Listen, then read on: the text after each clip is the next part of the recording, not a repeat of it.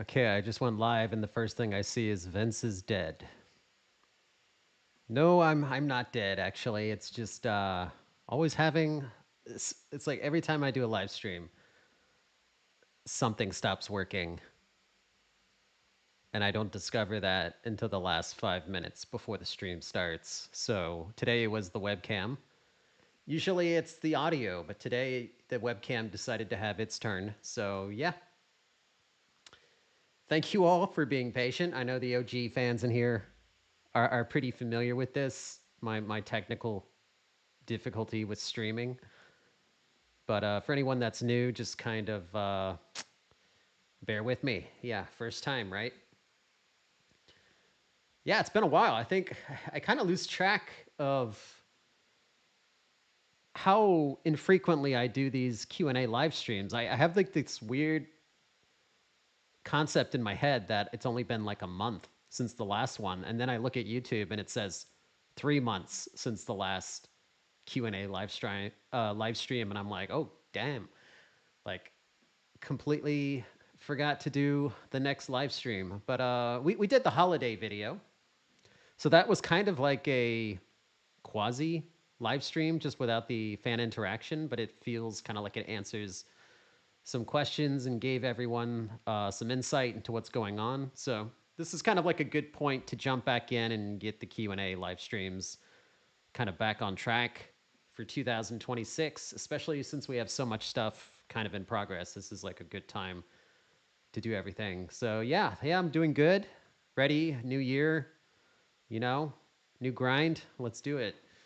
So everyone here seems pretty familiar with these Q&A live streams, but I always throw out um, just a real quick statement about what these are for anyone that's new, because thanks to Roblox and some of these extra projects from 2025, we do have a lot of kind of new fans in the community now. So these Q&A live streams are basically just a way to kind of ask me questions directly.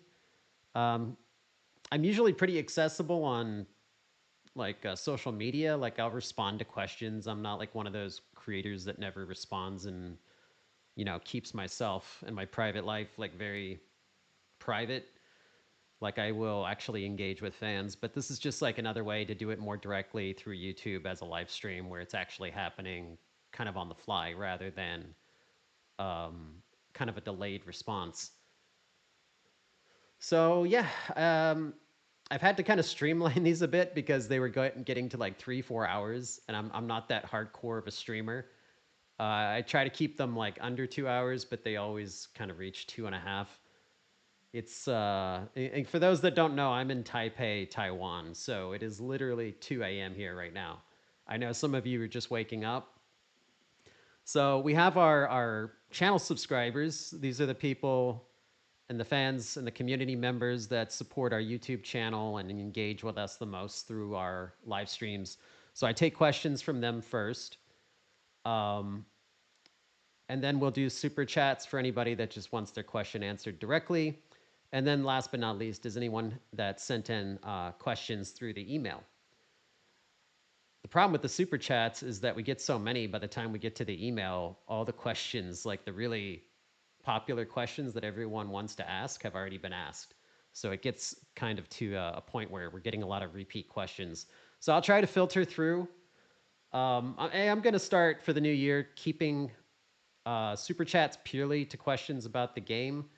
I know some people like to engage and try to get me to read some kind of like silly stuff, but like let's just for the fans that are watching and the people that are watching that want to hear me answer actual questions, I'm going to keep it more focused on that.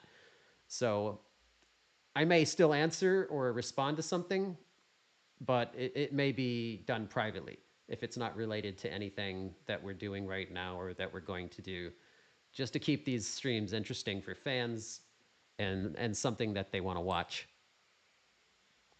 All right, so without further ado, let's go ahead and kick this off. Let me just kind of jump in to see what we have so far. Oh, yeah, we do have some.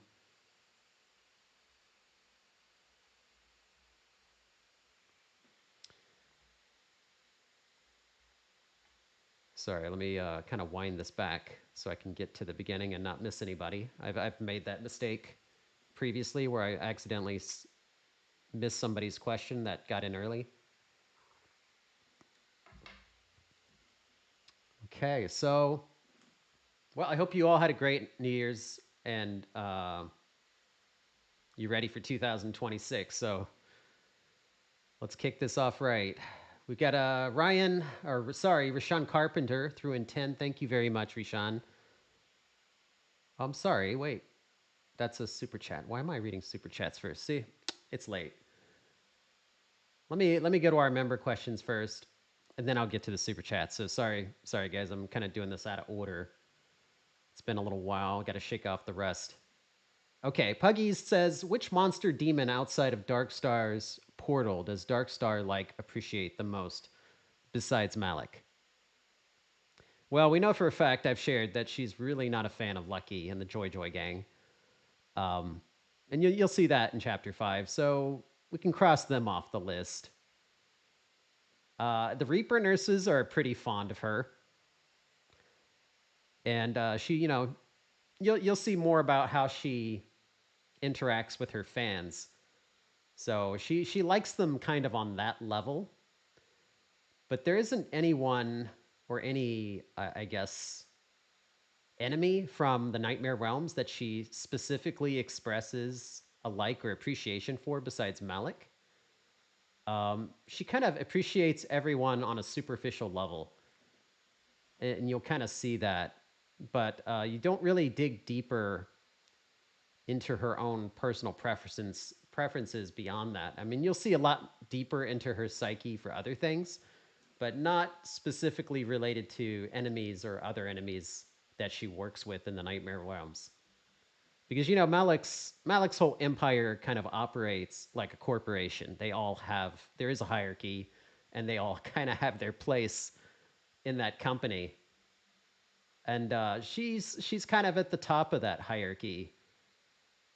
So I don't know if you've ever been to like a company holiday party or seen how corporate behavior kind of is within the ranks, where there's like managers and mid-level managers and how they behave. It's always very kind of diplomatic and kind of office appropriate. So even though they might have like different sentiments about somebody, they won't openly display that or let anybody within the company know, because there's always like it's kind of like Game of Thrones in there. It's a lot of trust issues.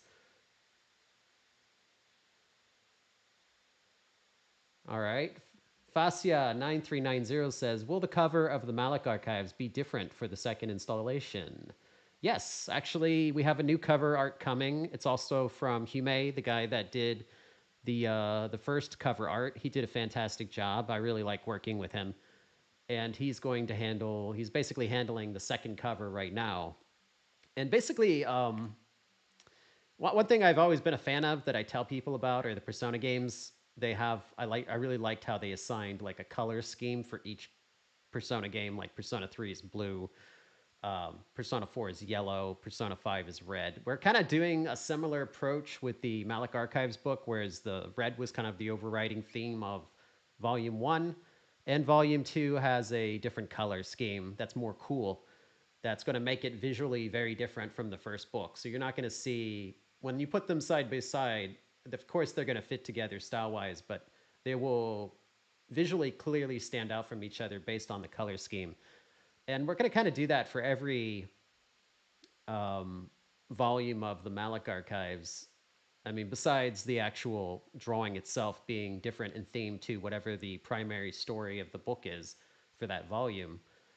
For this one, the primary novella is called Father Knows Best.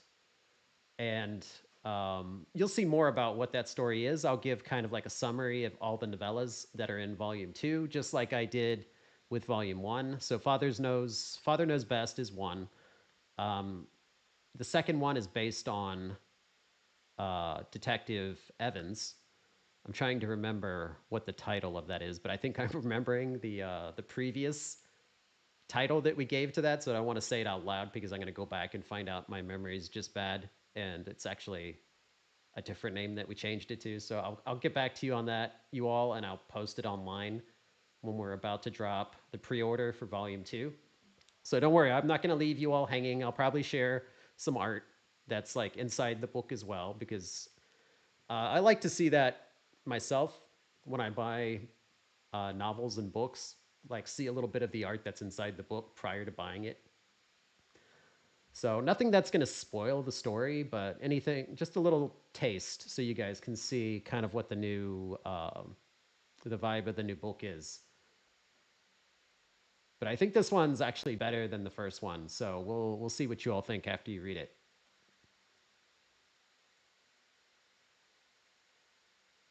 We got another one from Puggies. I'll just throw it in since it's a follow up. He says, I'm a big fan of Dark Deception, and I always wanted to ask, do you think Darkstar's personality is similar to Sardonyx from Steven Universe? Actually, I can't make that comparison because, full disclosure, I've never watched Steven Universe beyond kind of internet clips, but I've never sat down and watched the actual show. I'm sorry. No offense meant to any Steven Universe fans. It's just the only thing I've seen, and I've seen a lot about that show. It's just always, 15-second clips taken from the movie and from different episodes. So I've never seen like the whole storyline where like really understood the characters because I haven't actually sat down and watched it. I always got more into like Rick and Morty and some of these other shows that they had going around same time or shortly after. So I'll probably go back. I mean, I know the ones that were popular that I missed out on because I only have so much free time. So I'll definitely check it out at some point. But yeah, I can't compare it for you at this point just because I'm really kind of ignorant on sardonyx. So apologies, but if you see a similarity, then there probably is some in some way. Just because I think her character type as a performer and a songstress fits a lot of characters.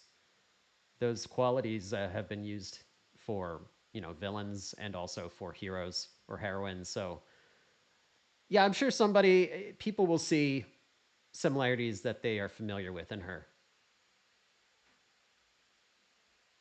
Let's see. Lumi says, still really grateful for the Dark Star model. You're welcome. Glad you enjoyed it. I kind of forgot that I hadn't shown a like a fully finished model of Dark Star. I've kind of kept it a little bit hidden or used like really low res screenshots of it just to kind of hide some of the details of Dark Star.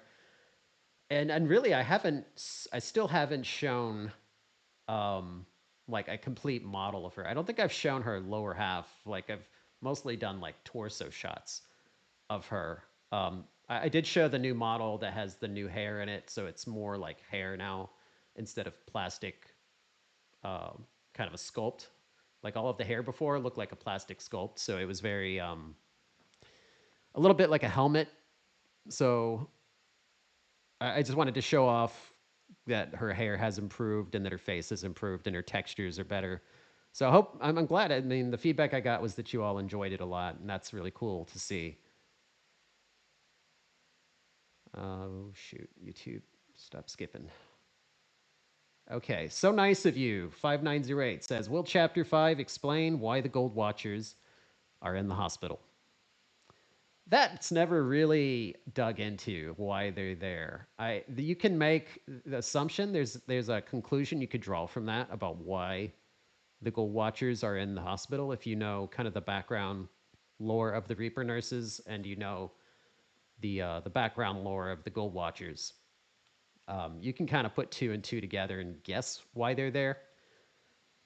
So, if anyone that's unfamiliar with the Gold Watchers, they are basically the sin of greed. So, these are the men. It's overwhelmingly men. I didn't really focus on making it one gender when I made the Gold Watchers. It's just the male form's much more intimidating to be chased by. So, I went with men for the Gold Watchers primarily, but it's supposed to be guys that sold out, that sold their soul for gold, for wealth. So there's nobody they wouldn't betray to acquire the wealth that they desired. And because of that, they're even tortured by their wealth. They're literally burned alive in it, the gold that they worship so much. And they become a mindless golem, a slave to it. And the Reaper nurses are haunted by toxic relationships, toxic love with men. So there's some theories you could make from that. I don't like to lay out things for fans because I think fans are very creative and they come up with some very fun theories that I really wouldn't apply to these situations, and I don't want to put them in a box. So I'm not going to explain it any more than that because I like to see what you guys can come up with, what you all can come up with for these scenarios about. I mean, I have my own idea of why I did that, but I want to kind of hear what your impressions are and why you think they're there and what happens to them after they're done drinking tea, which yeah, I'm having my tea now.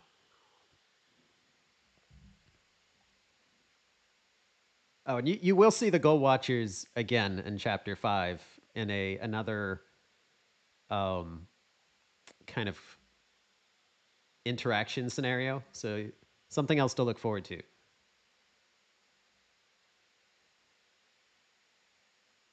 Another one from Lumi. She says, "Hey Vince, is there any way us fans could submit artwork for a chance of being an official poster in the secret art gallery?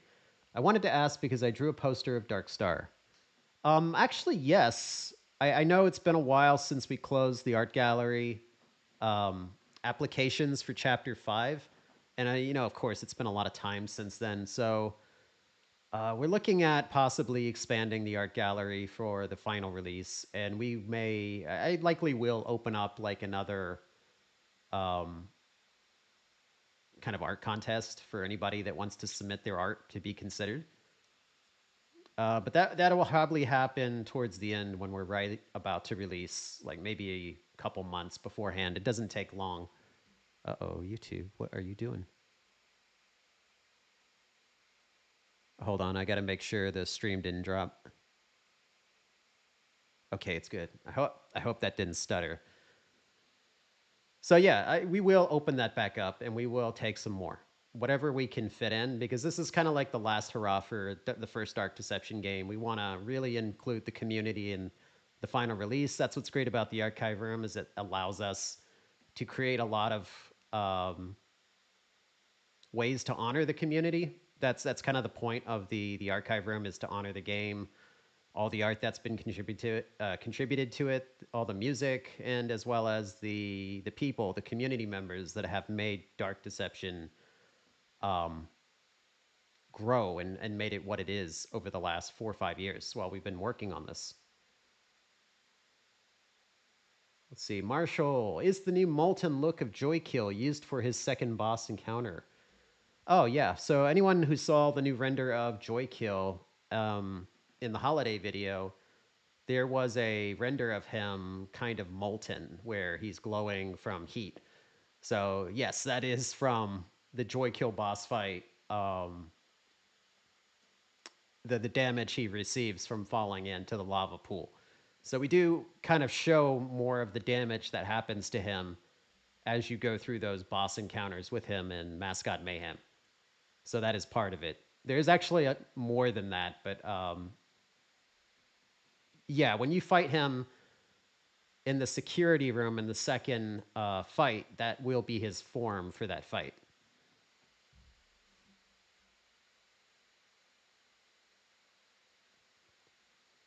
Lumi, is the unknown angel a boy, a girl, or non-binary? Um, I guess I would say non-binary, genderless, because it doesn't really have a set form. That character, I'm not going to say who that character is. A lot of people have called it an angel. It does have kind of an angelic appearance, but that character doesn't really have a set form. It can appear many ways to many different people. You'll see more later, but that's kind of like the first look. I just kind of snuck it in to the holiday review video, and I wasn't really sure I wanted to do that at first, but then I was kind of like, well, this form doesn't really give much away, so I'm going to go ahead and put that in just to give like a better idea of some of the things that I haven't shown for chapter 5 because there's a lot. Like what I've shown for chapter 5, it really is just the tip of the iceberg. There's so many characters that I haven't shared yet or teased at all. Like many characters that are part of chapter 5 that I have not shown or mentioned publicly, and that was probably the least spoilery of the bunch that I could show. So a lot of people think like chapter 5 is basically Puppet King and Darkstar, but it's like way beyond that as far as the number of characters. They're kind of the intro to chapter 5 before it, you know. Remember this game leads into um, Dark Deception 2, which is a much larger, I guess, a conflict. Cat Cat T824. Do Clown Gremlins and the Joy Joy Gang get along? The Clown Gremlins are kind of like a little pack of piranha. I wouldn't say they get along with anyone. I think Lucky appreciates their chaos. So maybe Lucky appreciates them, but they don't have any desire to win approval from anyone. The Clown Gremlins kind of do their own thing, like a pack of wild alley cats or something, or a little pack of piranha fish. Like they are just chaos, a swarm of chaos. But you know, Lucky is an agent of chaos. He appreciates that. So I think Lucky would get along with them or appreciate them, but they would probably not too care too much about who else is in the room with them. They just kind of do their own thing. Okay, let me see.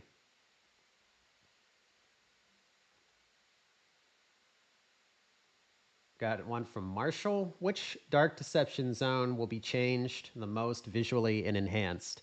Plus, and which zone will have more changes in terms of gameplay? That's a good question. Actually, take me a second to think. Which DD zone will be changed the most visually? I mean, right away, the first one that comes to mind is Deadly Decadence. That one is probably the most dramatically changed visually out of all of them. I think they all have a noticeable visual improvement, but Deadly Decadence is probably the most dramatic. Excuse me. And as for which zone will have more changes in terms of gameplay, that's likely Torment Therapy. Besides Deadly Decadence, I would say Torment Therapy is probably number 2 for biggest visual changes.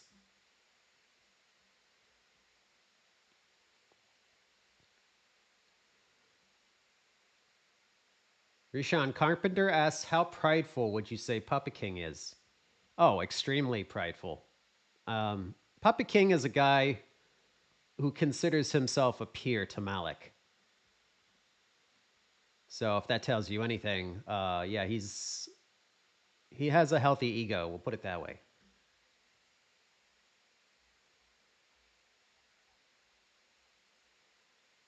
Lumi asks again another question from Lumi. Will the Reaper nurses' faces be revealed, or I'm sorry, she said revived, but I think she means revealed in chapter 5? No, the Reaper nurses will not be revealed at all as far as their face.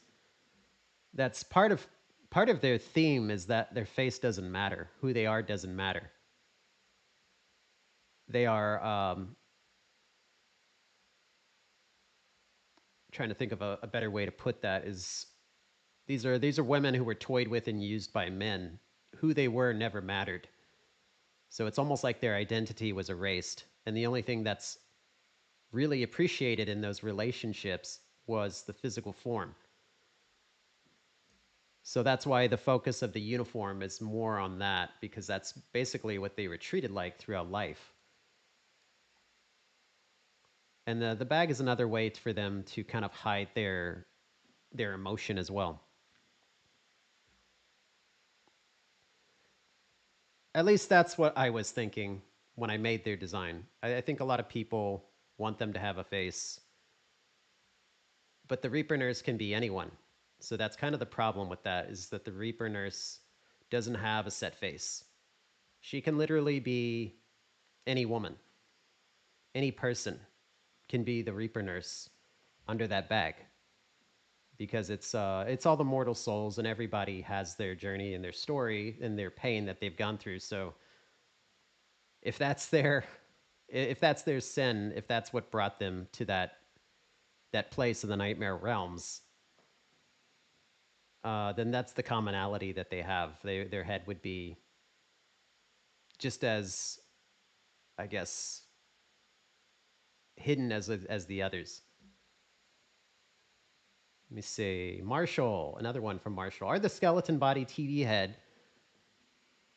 Oh, sorry. Let me reword this a little bit.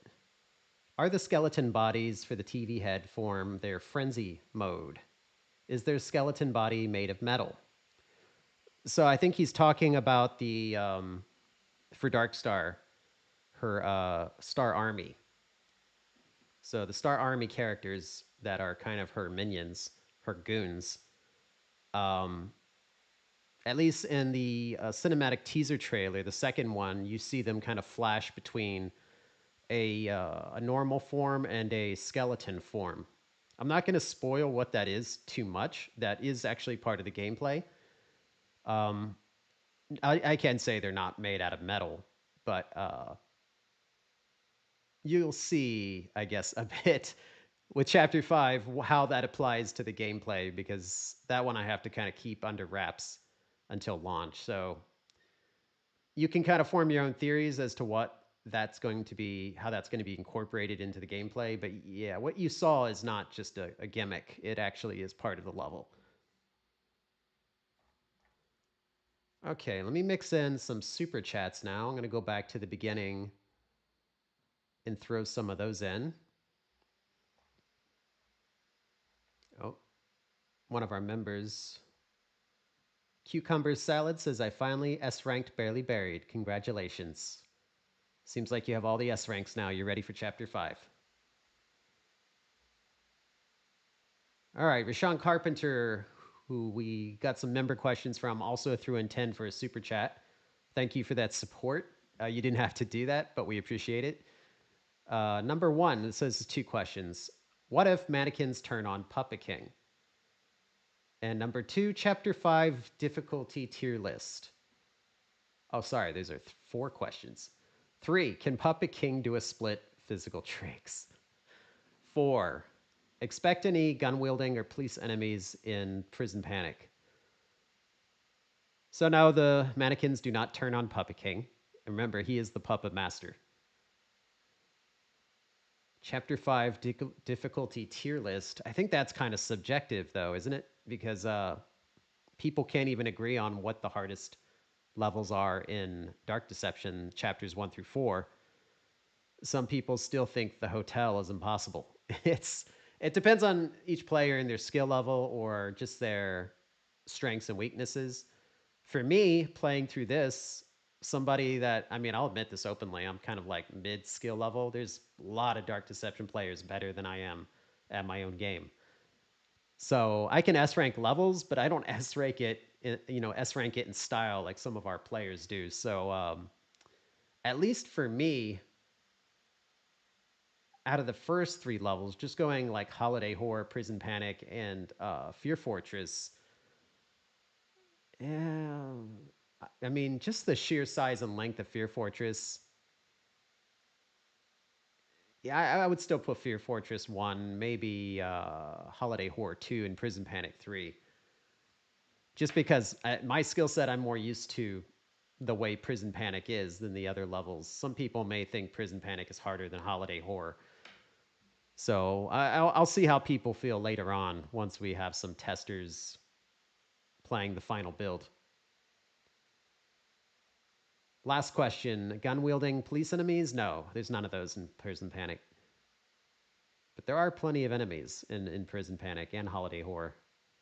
Let's see. David Villatoro threw in 5. Thank you, David. Does the mall in Holiday Horror have a name? Does Darkstar like the clown gremlins? Oh, okay. So I think Well, yeah, that's a repeat question, but I'll do it anyway. So, does the mall in Holiday Horror have a name? No, we didn't make a specific name for the mall. It's just kind of presented as this generic kind of early 90s mall with a little bit of an 80s vibe to it.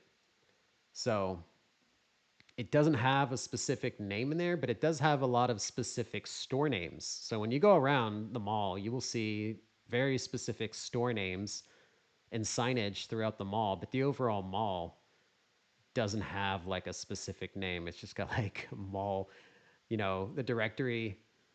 So maybe I should think about that, and I still have time to throw that in. If people want like a mall name, I mean, I can wing something, spit something out and put it in there. Because now that I'm thinking about it, since you said that, yeah, I guess just calling it the mall is not quite as fun as if it has an actual name.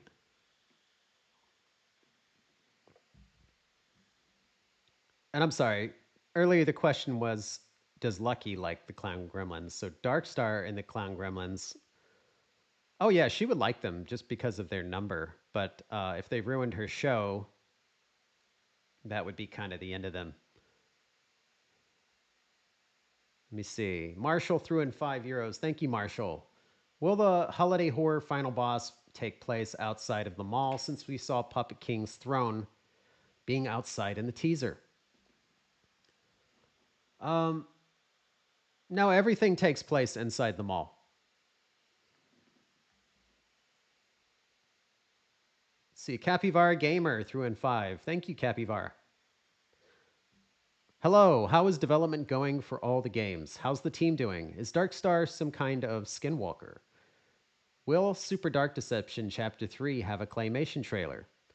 Okay, well, everything's going good with development. It's a lot kind of in motion right now, but it's really exciting to see it all kind of wrapping up finally and kind of getting closer and having these new projects going as well that are getting a lot of traction far beyond what we were expecting. So yeah, it's exciting times right now for Dark Deception. I think we got a lot of good stuff.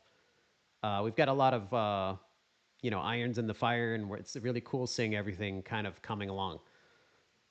So as far as Darkstar being some kind of skinwalker, I'll let you decide that later. She is she is very unique as far as her personality and her abilities. So I don't want to ruin anything. So yeah, we'll come back to that later. And as far as Super Dark Deception Chapter 3 having a claymation trailer, I guess that really depends on Crispy Boat if he wants to do another one. I'd love to have him come, obviously, do a third one for the final chapter. That would be a really cool one because there's a lot of characters for Chapter 3. For those who don't know, Chapter 3 in Super Dark Deception is basically Chapter 5 for Dark Deception. So Super Dark Deception Chapter 3 can't come out before Dark Deception Chapter 5 because it would spoil everything for Chapter 5. But after Chapter 5, we can kind of show all the characters in the claymation trailer. It'll be really cool. And then a follow up from Capybara threw another 5. How hard will getting all the Dark Deception achievements be after Chapter 5? Is the angel like creature part of Fear Fortress or Wicked Ways? Can we expect some voice reveals soon? I mean, yeah, it's going to be hard, especially getting the S ranks. It's not impossible, but it's definitely something you're going to have to work for. And as far as the angel-like creature, I can't say what part of Chapter 5 that's part of. That's obviously a spoiler. But at least you know that character exists now. It's something else to discuss about what's coming up. I could have shown a couple other characters related to that character, but I felt like that's too much all at once. So we'll kind of space that out and do a couple more reveals of characters that haven't been shown yet, kind of like that one. But I'm not going to tell what level they are or what part of the game they're in. That's something you'll have to wait until launch day to see as you play through. And as far as the voice reveals, yeah, we can. I think Probably Puppet King is the one I can do first. Um, at least some of his like non-spoiler lines, and then we have some new Bierce lines, but that's not a voice reveal. So Dark Star, we could probably do Dark Star and Puppet King. Those are probably the only two voice reveals that I can do that wouldn't spoil too much. So yeah, we could do some voice reveals, but only limited to those two characters. So I hope that's enough. um, Marshall through in five. Thank you, Marshall. Is the final main menu vastly different from the current demo one? Are all levels for Dark Deception Remake generally finished, or is there lots of work left? Let's see. Okay, so the main menu vastly different from the current demo one. Not the UX. The only thing that's different are the models, the lighting, and the backgrounds. So what was in there was like a temporary placeholder, but the actual setup is not going to change. So if that's not your cup of tea, I'm sorry, but the UI is not going to change from that. It's simply going to change visually for the models because we're using a lot of the old models for that segment still for the characters. And then the background didn't really have anything. It was just like a red lighting if you go to the main menu. And then the title screen is basically just going to be the camera fly of different levels as you progress through the story, which is something you see in a lot of games. There's some people who still kind of moan that we got rid of the face portraits that were there before. And I will tell you, I did all of those face portraits. Those are my art that I made for that. And I was very happy to throw them away because they looked awful on a 4K screen, like just god awful. So it's going to modernize it with the 3D models, and it's going to make the game look a lot more professional and less like like a high school indie horror project. So I'm sorry if some people don't like that, but that's the way it's going to go. But don't worry, we're going to change the lighting and we're going to use better models. It will look good when it's done. What's in there right now is a placeholder. And the second question, that one I can't comment on because it's a progress question, which is to give like a timeline of chapter 5, which I can't. Oh, sorry. No, this is for remake. Ah, I jumped the gun. I'm so used to getting chapter 5 timeline questions that I think my mind filled in and edited that into chapter 5. Dark Deception remake. Okay. Most of the levels are generally finished to some degree. There is a lot of assets for some of the levels that still need done, especially for chapter 4 levels. So it's going to take a bit more time before that comes out. Do not expect it in the first 3 months of 2026. These are big remakes. So I'll give you guys more looks at the environments as we complete them fully to the point where I feel it's a positive to show them to the community. Um, and you'll have a strong idea of when the remake's going to drop. So I guess the next levels you'll be seeing will be the Elementary Evil and Deadly Decadence, which should give you a pretty good idea of where things are going. Let's see, Capybara Gama threw in another 5. Thank you again. Will we be able to use Chapter 5 powers in replay mode in Barely Buried? How big does Fear Fortress get if you have all S ranks compared to if you play it without any S ranks?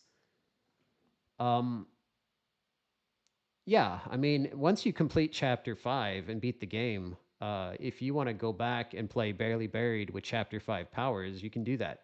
You can play any of the levels with chapter 5 powers once you've unlocked them. And then as far as how big Fear Fortress gets if you have all S ranks, he's basically referring to the true ending. Because I mentioned before that Fear Fortress is much smaller if you don't have the true ending, if you don't have all the S ranks unlocked. So yeah, I would say it's about half the size, maybe even more than that. 60% smaller if you don't have the true ending path unlocked. So definitely make sure you get all the S ranks before playing Chapter 5. But there is a trophy achievement to unlock by doing the alternate paths. So no matter what, you want to see all the endings, you have to go the other paths as well, not just the true ending one. So we're putting in we're working on a new save system for Dark Deception that will allow you to do some save states so that you can kind of save at a key point and then try the paths from there. But I mean, if you have all your S ranks unlocked at that point, then that's not going to work well. So, yeah, to answer your question, yes, it will be smaller. Let's see. Ann Cook through in 5. Thank you, Ann Cook. When will Dark Deception Enhanced Plus come to consoles? Well, I can't put a date on that yet, but it's going to launch at the same time as Steam. So until the remake is done, uh, what you call Enhanced Plus, the original version of Dark Deception will remain on Steam because I can't replace it piece by piece. That'll just look weird to have, a remade level mixed in with old OG levels. That's going to look awful and give new players a bad impression of Dark Deception. So once we have the remake completely done, ready to go, we'll simultaneously launch it on console, um, on mobile, and also on Steam, PC, Epic Game Store as well. We'll basically replace the existing build with that one. So anybody that's already bought Dark Deception Complete will just get their build updated and have the new version right away. Anybody that hasn't bought Dark Deception, when they buy it, that's what they will get. The original version will not be there anymore. Um, but it will live on in Roblox as part of Hunted.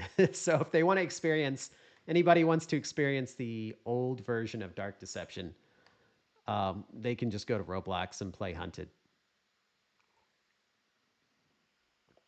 We're basically keeping all the original environment layouts intact for that. So Hunted will not have any of the new remade levels, only the original ones.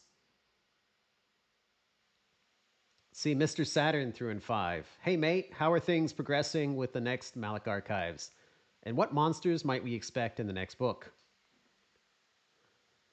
Well, I've actually answered a question about that earlier, so it's good to touch base again on it since we're kind of deeper into this live stream now. The Malik Archives book is pretty much done. We're just working on the art at this point so that we can start printing, but the printing doesn't stop us from doing the pre-order. So once the art's done and I can put up, well, we still have to print the sample so I can do some product photos for the store page. But once that takes like a week, so no big deal. So once that's done and I get the store page up and it's got everything we need to show people what that book looks like and give some examples of like art and story pages and stuff, um, then it'll basically go on sale because the writing, everything with the writing is done. So there's not much more time needed to finish that. I'm guessing at some point in February that will probably go up on the Glowstick Entertainment store page for pre-order if all goes well. They do have Chinese New Year coming up, which might delay things because Taiwan celebrates that and our factory that prints the books is in Taiwan. And they will go on kind of a break, maybe like a week or two. So I hope we can get the sample printed before they all go on their really long vacation. But if it happens after that, then that's just what happens. We'll see. I'm not going to rush it. And as far as what monsters are in the book, we've used kind of a mix of kind of referring to existing monsters from Dark Deception, some of the enemies from the Nightmare Realms, but we've kind of sprinkled in a few new ones as well. Kind of like the first book had the kind of reimagined version of the pig cop character at the end, but it's more like a hermit pig hiding inside the body of a human. Sorry for anyone that hasn't read that yet. We have some characters like that kind of mixed in with existing characters because the Nightmare Realms is huge, and as we go through the Dark Deception games, we're going to keep expanding the the enemies and the monsters that inhabit that realm. So the ones that you're familiar with right now are basically Malik's army. Those are his nightmares that he controls. But as we go through more of Dark Deception, you'll see and meet other demons and meet their their version of that. Let's see. Logan Watchhorn through in 5. Thank you, Logan. Hey, great to see you again. Finally, will Dark Deception Chapter 5 be out no later than Halloween? Uh-oh. Or sooner, and the Switch 2 full game? Well, I can answer at least one part of that. Yes, it is coming to Switch 2. It will not run on Switch 1. So I apologize to everybody that has a Switch 1. But if you want to play Dark Deception on Switch, you're going to need a Switch 2. Um, Dark Deception is just a very intense game. It needs a little bit, it needs a hardware that's more powerful, and Switch 1 is just too outdated. It's like the equivalent of like an old phone from 2017. So it needed something a bit stronger than that. But Switch 2, you're fine. So yeah, and as far as the date, I can't tell you when it's going to come out or promise you like Halloween or Christmas, um, like a specific month. But you'll know more as we go throughout the year and I drop like hints. First, let's focus on Chapter 1 through 4 remake and see how fast we can get that out. Because until that comes out, Chapter 5 doesn't come out. Let me see. Capybara Gamer threw another 5. How many levels will be in Hunted? Is the Riddle of Heaven OST part of Wicked Ways? How much bigger does Fear Fortress get if you get all S ranks compared to without any? Oh, okay, I think you asked that question twice for 2 super chats, but that's okay. How many levels will be in Hunted? So the plan is to have maybe 5 or 6 of the original Dark Deception levels in Hunted.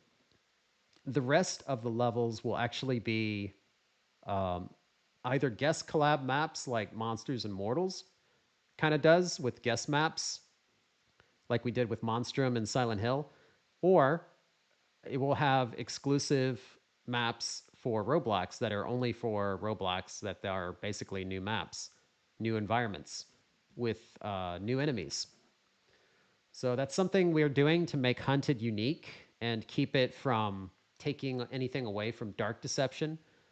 Um, so not all levels will be there as far as like the OG levels, but most of the key ones will be there.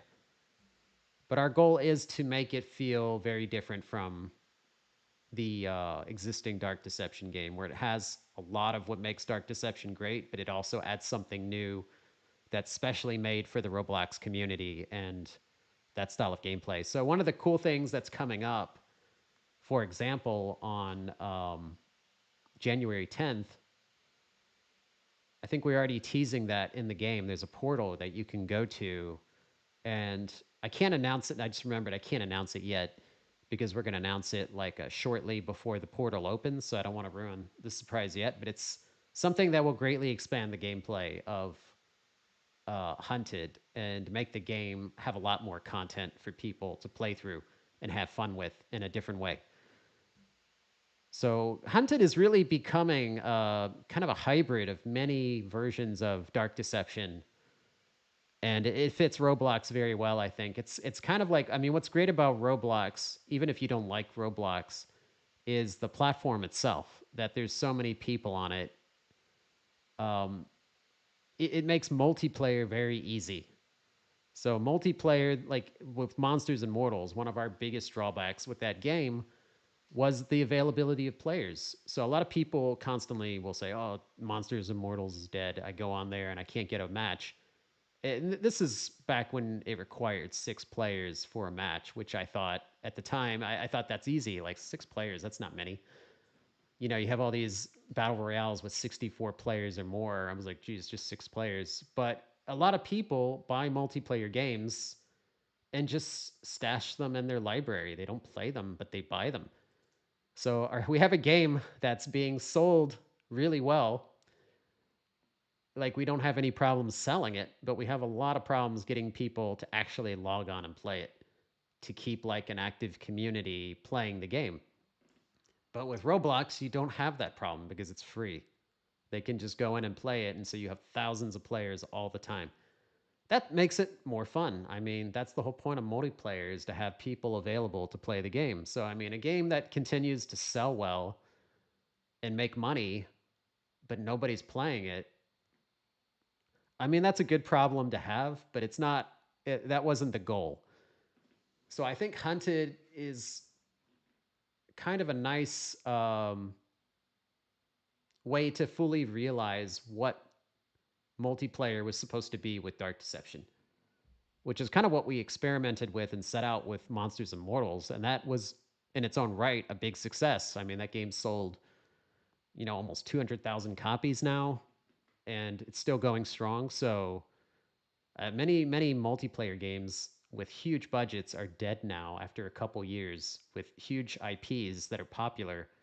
That game was made for like pennies like 4 or 5 years ago, and it's still alive and it's still selling well. So Monsters Immortals is a great game. It's done really well, but it never realized its full potential because of the limited amount of people actively playing it. So that's what's great about Hunted, I think, and that's why it's a really valuable piece to have for the Dark Deception community, is to be able to experience Dark Deception easily on all platforms with friends, even if it's kind of like in a watered down version of Dark Deception for kids. It's a very easy way, and it introduces Dark Deception to a lot of new people. Pyro Shark through and two. Thank you, Pyro. Will we have Chapter 5 out of context screenshots? Yeah, it's possible. I mean, I have to at some point. But first, we're going to focus on the Chapter 1 through 4 remake because that's coming out first. And it kind of leads into Chapter 5. Capivara threw in another 5. Will wrapped bodies from the Elementary Evil demo return for EN Plus? Oh, Enhanced Plus. For some reason, I saw Ian. I was thinking Evil Nun. I was like, what? Evil Nun? What are we talking about? Okay, Enhanced. Can you hide in Enhanced Plus? Will Chapter 4 levels, more zones, new modes, and more updates eventually come to Monsters and Mortals? I think you mean. Oh, you're talking. Are you talking about the original demo from like 2014? No, we're not bringing anything back from that. I know they have one of the fan games out is Dark Destiny. That's kind of like a remade version of that original 2014 demo that was made for VR for Oculus way back when. We actually tested out hiding with a hunted version of Elementary Evil, so you can actually hide in the lockers. And just because of the nature of Roblox, Agatha's a little bit too aggressive in the hunted version of Elementary Evil. So if you do that tactic, if you use that approach, you're hiding in those lockers a lot. But while you're in the locker, you're safe. I mean, the whole point of Dark Deception was not to hide because the pretty much every horror game was doing that from after Outlast, like the old get chased by the enemy and hide. It just felt like it was becoming an overused trope. But now I think a lot of horror games have kind of moved on from that. So I think maybe sprinkling it in might be appropriate for a level like Elementary Evil, where it's just one enemy rather than several, just to kind of spice it up a bit. But the only way that works is if we make her more aggressive, which is a balancing act. So it's something actually we've been talking about, or I've been discussing um, internally about trying that out in the full remade version, but we may just stick to the original design and not and leave that to Hunted, because it does work pretty well. But yeah, it requires some rebalancing for Agatha, and I'm not sure I want to introduce that just for one level. More zones? No, they will all levels will have the same number of zones as they did before. The only thing that's really going to change is the level themselves and some of the gameplay as far as the enemy AI and the way they kill you. That's what's going to be kind of remade. New modes, yes, but mostly that's for like the archive room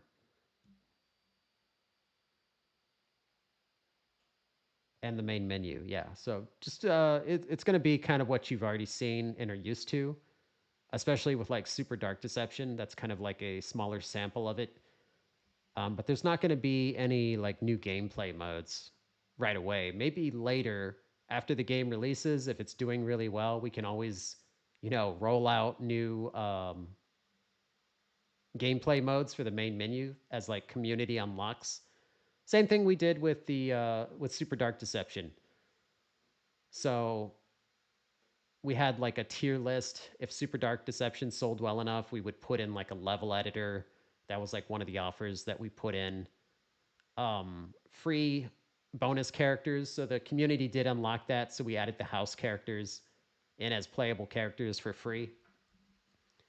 I'm trying to think, there was something else that they unlocked for Super Dark Deception that's part of the archive room. It's the arcade mode. So the arcade mode, which actually turned out really cool. It had a lot of gameplay to the game. That was a community unlock because Chapter 1 sold well enough to give us the money to invest in that. So because Chapter 1 sold well, we invested that back into the game, into the arcade mode, which now adds like, well, by the time it's done, it's going to add 8 to 10 playable games, mini games to Super Dark Deception. And each one is a lot of fun and adds a lot of extra replay value to the game. So we love adding in new modes that add replay value to the game and give people a reason to come back and play it again. So if Dark Deception does really well, we could easily do something like that with the game with Dark Deception as well. Let me find my place again. All right, Mew Mew Meadows through in 5. Thank you, Mew Mew. Will some mechanics from the Roblox collab be carried over to Enhanced Plus updates? Example, hide in the lockers in Elementary Evil.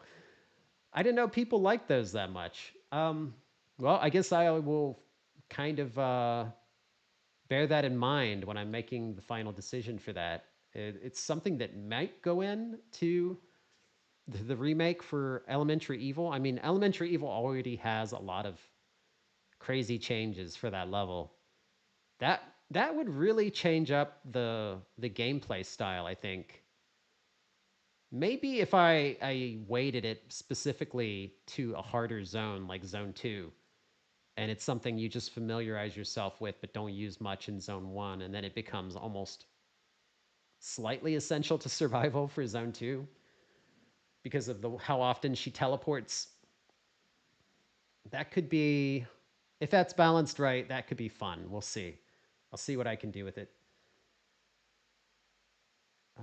Okay, Logan Watchhorn threw in another 2. How much will console version cost? So the console version of the remake, which includes Chapter 5, remember we're kind of pre-selling Chapter 5. It's like Dark Deception Complete. So when we put out the Chapter 1 through remake, Chapter 1 through 4 remake on consoles, it will be one set price. I think we've discussed $39.99 as the price for it.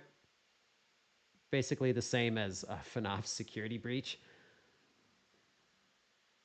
Then when Chapter 5 comes out, it will update their game for free, and they will automatically have Chapter 5 and the complete game.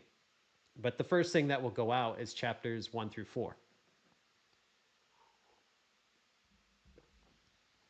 So it'll be basically the same way that we sell Super Dark Deception chapters early on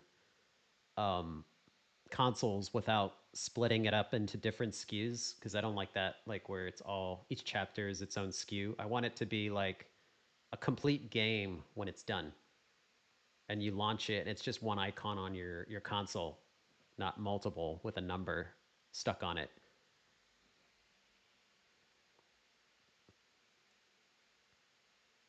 Let's see, Capybara Gamer threw in another 5. Thank you again. Which sounds would you say are the biggest in Chapter 5? Have you ever thought about dubbing the game to other languages in the future? What's next for Glowstick Entertainment after Chapter 5? Well, those are some big questions. Okay. The biggest zones in Chapter 5 would definitely be, I mean, right away, I would say Prison Panic and some of the later zones in Fear Fortress. They get pretty big. There's a reason prison panic zones are so big, but if I tell you, it will kind of spoil it. But it'll make sense when you see it, and you kind of get a vibe, like a feel for the level and what it's about. And as far as dubbing the game to other languages in the future, actually, yes, that's something I've actually been looking at already. One of the first languages that we're looking at dubbing to is going to be in Asia with Japanese and Chinese. So we're looking at doing local dubs um, with Chinese and Japanese voice actors because China's our number two selling market. Taiwan is also in the top 10, and Japan is like number three. So there's a strong incentive for us to do dubbing in those languages. So I know people will throw out their country and say, hey, I want to dub in my country's language as well. But it is really basically us reinvesting in that country because that country came out to buy the game. So any country that has a lot of units sold for Dark Deception is eligible for a dubbing. If they are, definitely if they're in the top 10. So I think that would put like Brazilian Portuguese on the as a possibility. I'm not promising that, but that's a possibility.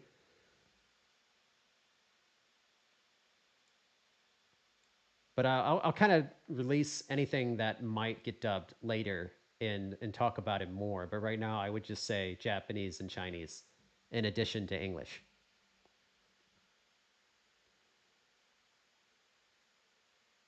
Oh, and sorry, the last question: what's next for Glowstick Entertainment after Chapter 5? Well, obviously, Dark Deception 2. So yeah, we'll probably go straight into the sequel after Chapter 5 releases. There's even a chance we might tease part of the sequel at the end of Chapter 5. Something small. Like, please don't set your expectation for that really, really high. It's going to be a very small teaser about what's coming. It's just something to give people a sense of where the story is going next after Chapter 5, especially with the existing characters. All right. Let's see. Never Pasquale through in 5. Thank you, Never. Hi, Vince. Barely Buried will be more difficult in Zone 2 and Enhanced Plus. Malik blames Mama Bear for Doug escaping. Or does Malik blame Mama Bear for Doug escaping? And will the four generals team up? Yes, Barely Buried will be more difficult in Enhanced Plus. Like, it's definitely, the gameplay is polished up a bit more. And so is the challenge. As far as Malik blaming Mama Bear for Doug escaping, I think Malik starts to blame everybody.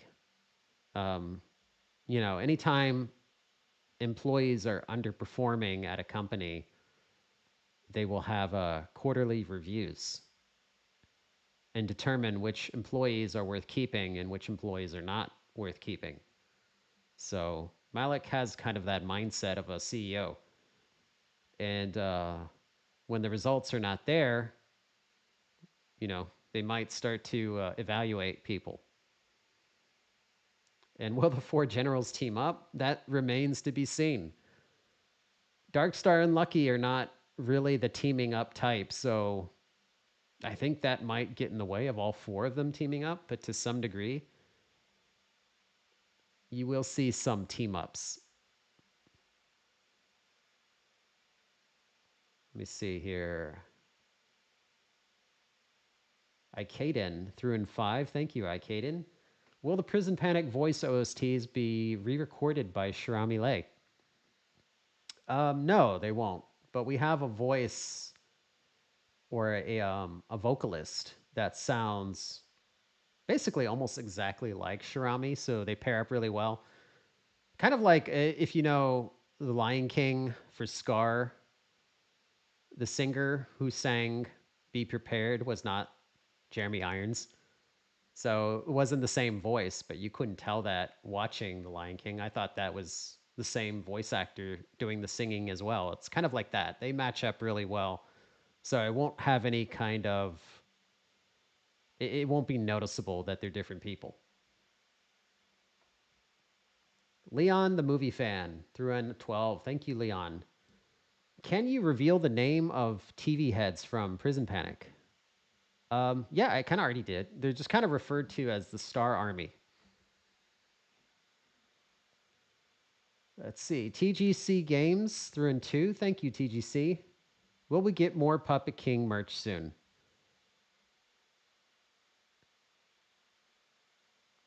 Puppet King merch. Yeah, I mean, once we get close to chapter 5, we will definitely do some more Dark Star and Puppet King merch. So no no worries about that. We also have some new merch coming for the chapter 4 remake and Super Dark to it's like what time is it? 3? Okay. I was like brain fog is setting in. We also have merch coming for Super Dark Deception chapter 2. So, one really cool thing that's coming is we finally have more plushies. Because I've had a lot of people keep asking me about when are we getting more Dark Deception plushies, like this big wall of plushies behind me, if you've never seen those before. Well, the big one that's coming that I think is really cool, and it took forever to find a company that can make it, is a Joy Kill plushie. So we have finally Joy Kill merchandise coming, and it's pretty crazy looking. So it'll be really fun to show that with the launch of Super Dark Deception Chapter 2, or it'll be shortly after that because the company we're working with on that, um, which is spoiler alert, it's U2's. They do also have to contend with Chinese New Year for the manufacturing, but yeah, it's going to be really cool. So I'm pretty excited to share that all with you all soon. But yeah, Puppet King, Darkstar, plenty of merch for those two once Chapter 5 gets close. I don't want to do like some of the other popular or mascot horror franchises where they released merch for new characters too far in advance. I mean, they have much bigger fan bases than we do, so they can do that and just make money. But I feel like for us, we should just wait until the game's ready and then we'll drop it like kind of right before that or at the same time.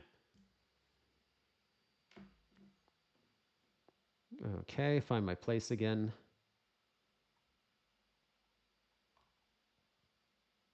Okay, Pyro Shark threw another 2. Thank you, Pyro. Which bosses are reworked to better suit Enhanced Plus? Definitely Joy Kill. So Joy Kill's been reworked, and another big one, the Titan Watchers for Deadly Decadence, and Agatha. Her boss fight is very different now. Trying to think. Dread Ducky, Doom Ducky. Doom Ducky's been revised a bit more. His chase sequence and the boss fight has been revised. One, the boss fight has more substance now. And then the chase at the end, the escape, is a lot more similar to the Super Dark Deception version. And it's a lot longer. The biggest change to Stranger Sewers are the actual zones, especially Zone 2. The other bosses, let me think. Matron, she's different, yeah. Joy Kill. Barely Buried. Mama Bear's, I wouldn't say she's that different. It's just greatly improved. And the arena is a lot better. The room that she's in. Oh, as well as the escape. So yeah, I think every boss has been reworked to be better than they were in the original version. Let's see, Logan Watchhorn. Will the cool white sword angel be an enemy we have to beat or just a cutscene monster? That's definitely a you'll see question. Sorry, bro. I just can't answer that one because right now it's just a teaser, like a visual teaser. I can't go into details about where or when or how. But feel free to theorize. I'd love to hear how close some of you get. That's what I like is when somebody there's a character or a teaser that I put out that I can't say much about. I like to see how close people get.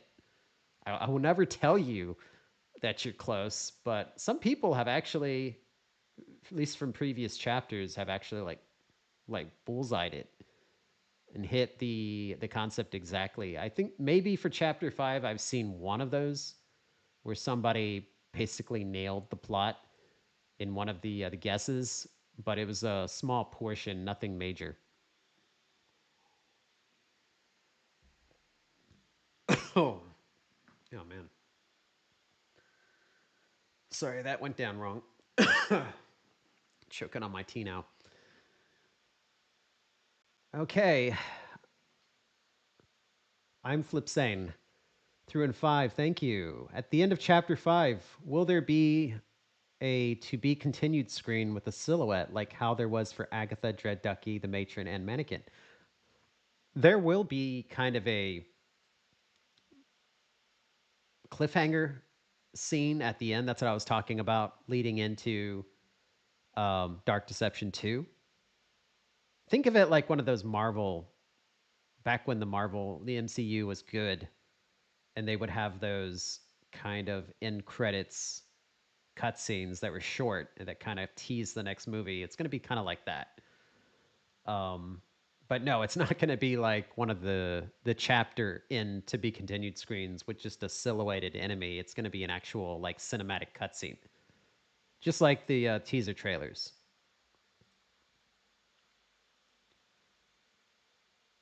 Let's see, Santa May through in 5. Thank you, Santa May.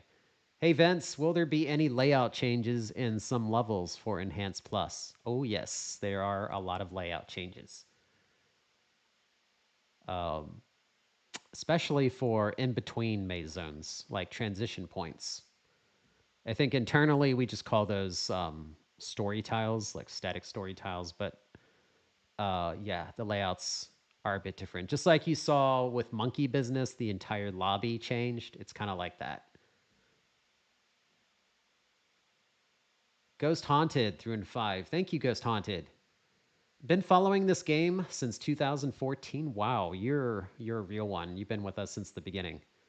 Wish all the luck and love to all of the team and the future of Glowstick. How do I start programming for games, by the way? Well, I would love if you learn and join us eventually.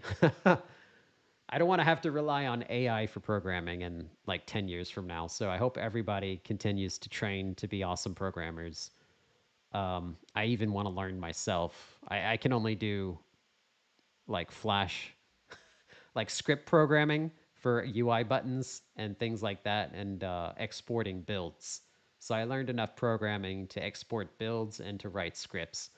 But I would like to actually learn some deeper programming than that. So C sharp, C plus plus, definitely get good with scripting. Inside game engines, especially if we use Unity and Unreal Engine now for our games. So if you ever want to work with us someday, definitely focus on those. If you can build something, I mean, actually, that statement is wrong because one of our biggest successes of 2025 was made by basically a college guy in Roblox. So I mean, if you can work with Roblox, Creator Studio, or Unreal Engine or Unity, and you can script inside that and put something together, you know, you have a shot with us or any company to work with. So yeah, definitely focus on that. But thanks for asking. It's always kind of cool to answer those kind of questions. Autumn Azur threw in 5. Thank you, Autumn. Welcome back. Does the Puppet King have a unique interaction with Doug's past memories beyond the boss fights? Yeah. So Doug, let's just say the longer Doug's in the Nightmare Realms, it starts to affect him more and more. His psyche. So you'll see a lot of Doug's memories in each level as they get triggered by the environment around him and by his encounters. And the Puppet King's level has its fair share. Some of them, I mean, most of them, I think it's just internal for Doug himself. It's not something that Puppet King will witness or be part of. It's just through his encounter with the Puppet King, Doug will have to deal with it. Let's see. Alex Dobson, 3 and 5. Thanks, Alex. Can we all call, sorry, can we call the nemesis looking thing Apparition Assassin? Hey, you can call it whatever you want. I have a name for it, but since I'm not talking about that character right now or explaining anything about it, I'm not going to say the name because the name does explain something about it as far as its role. So right now, yeah, Apparition Assassin, go for it. Is the second, whoops, okay. TGC Games 3 and 2. Thank you, TGC. Is the second U2's wave coming out soon? Yeah, I think so. We do have kind of a wave put together. So the ones off the top of my head that I know are coming definitely are Joy Kill. Also a new Malik plushie, very different from that one, or psh, inverted. That one over there. So we got Malik, we have Joy Kill. I know there's one more, but I'll share a lot more info about the plushies and stuff coming from U2 soon. So yeah, there is another wave coming up very soon in 2026, probably within the next 2 months or so. Let's see. Automazora threw another 5. Will Red Stalkers react differently to Primal Fear or Invisibility compared to other enemies? No. No, they'll be affected pretty much the same. Ikaden threw another 5. Thank you, Ikaden. Is the Gold Watcher's new behavior inspired by Resident Evil 8 Shadows of Rose DLC, since they now move when looking through walls?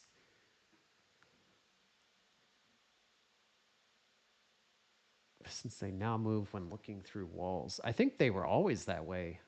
I think that was one of the major complaints we got about the Gold Watchers is that they could see through walls.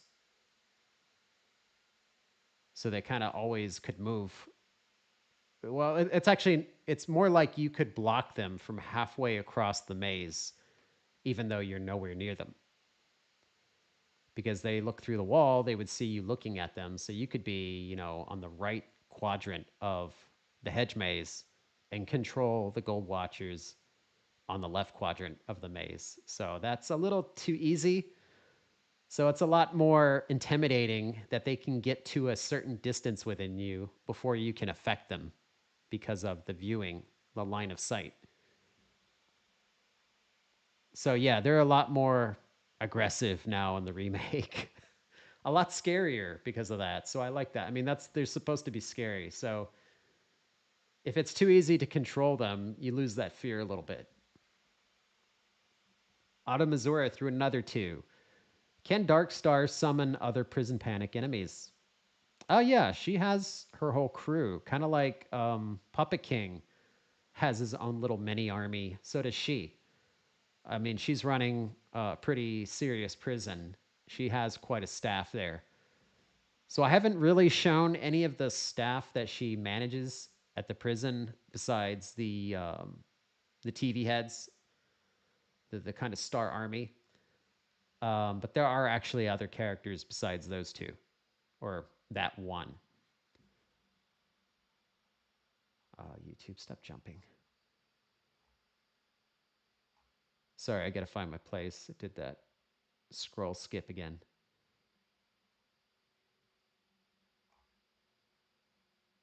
Okay, found it.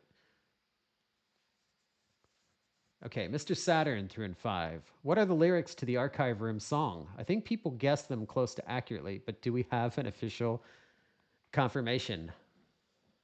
The Archive Room song is actually done by a Korean singer. Um, And because of that, the lyrics are very similar to like a Persona song in that they are kind of like Korean English. So a lot of it doesn't quite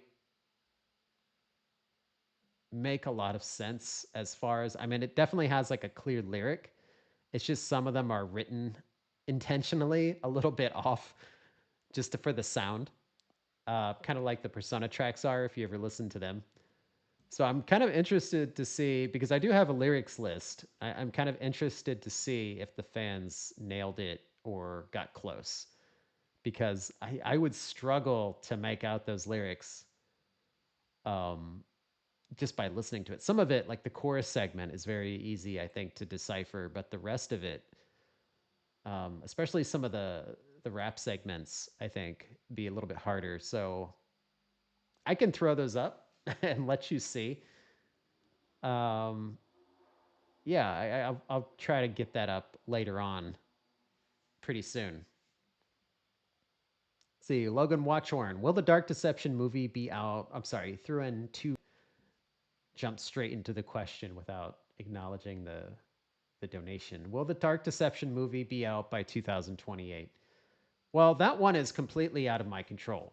So they do kind of check in with me about the bigger decisions as far as like assigning a director, approving the script, um, assigning the producer, things of that nature. But you know, Hollywood kind of does their own thing, and I don't have full control over that. So there's a lot of wheels in motion, a lot of factors affecting when the movie will be out. I would love it if it's out by 2028. That would mean everything just went perfectly along the way.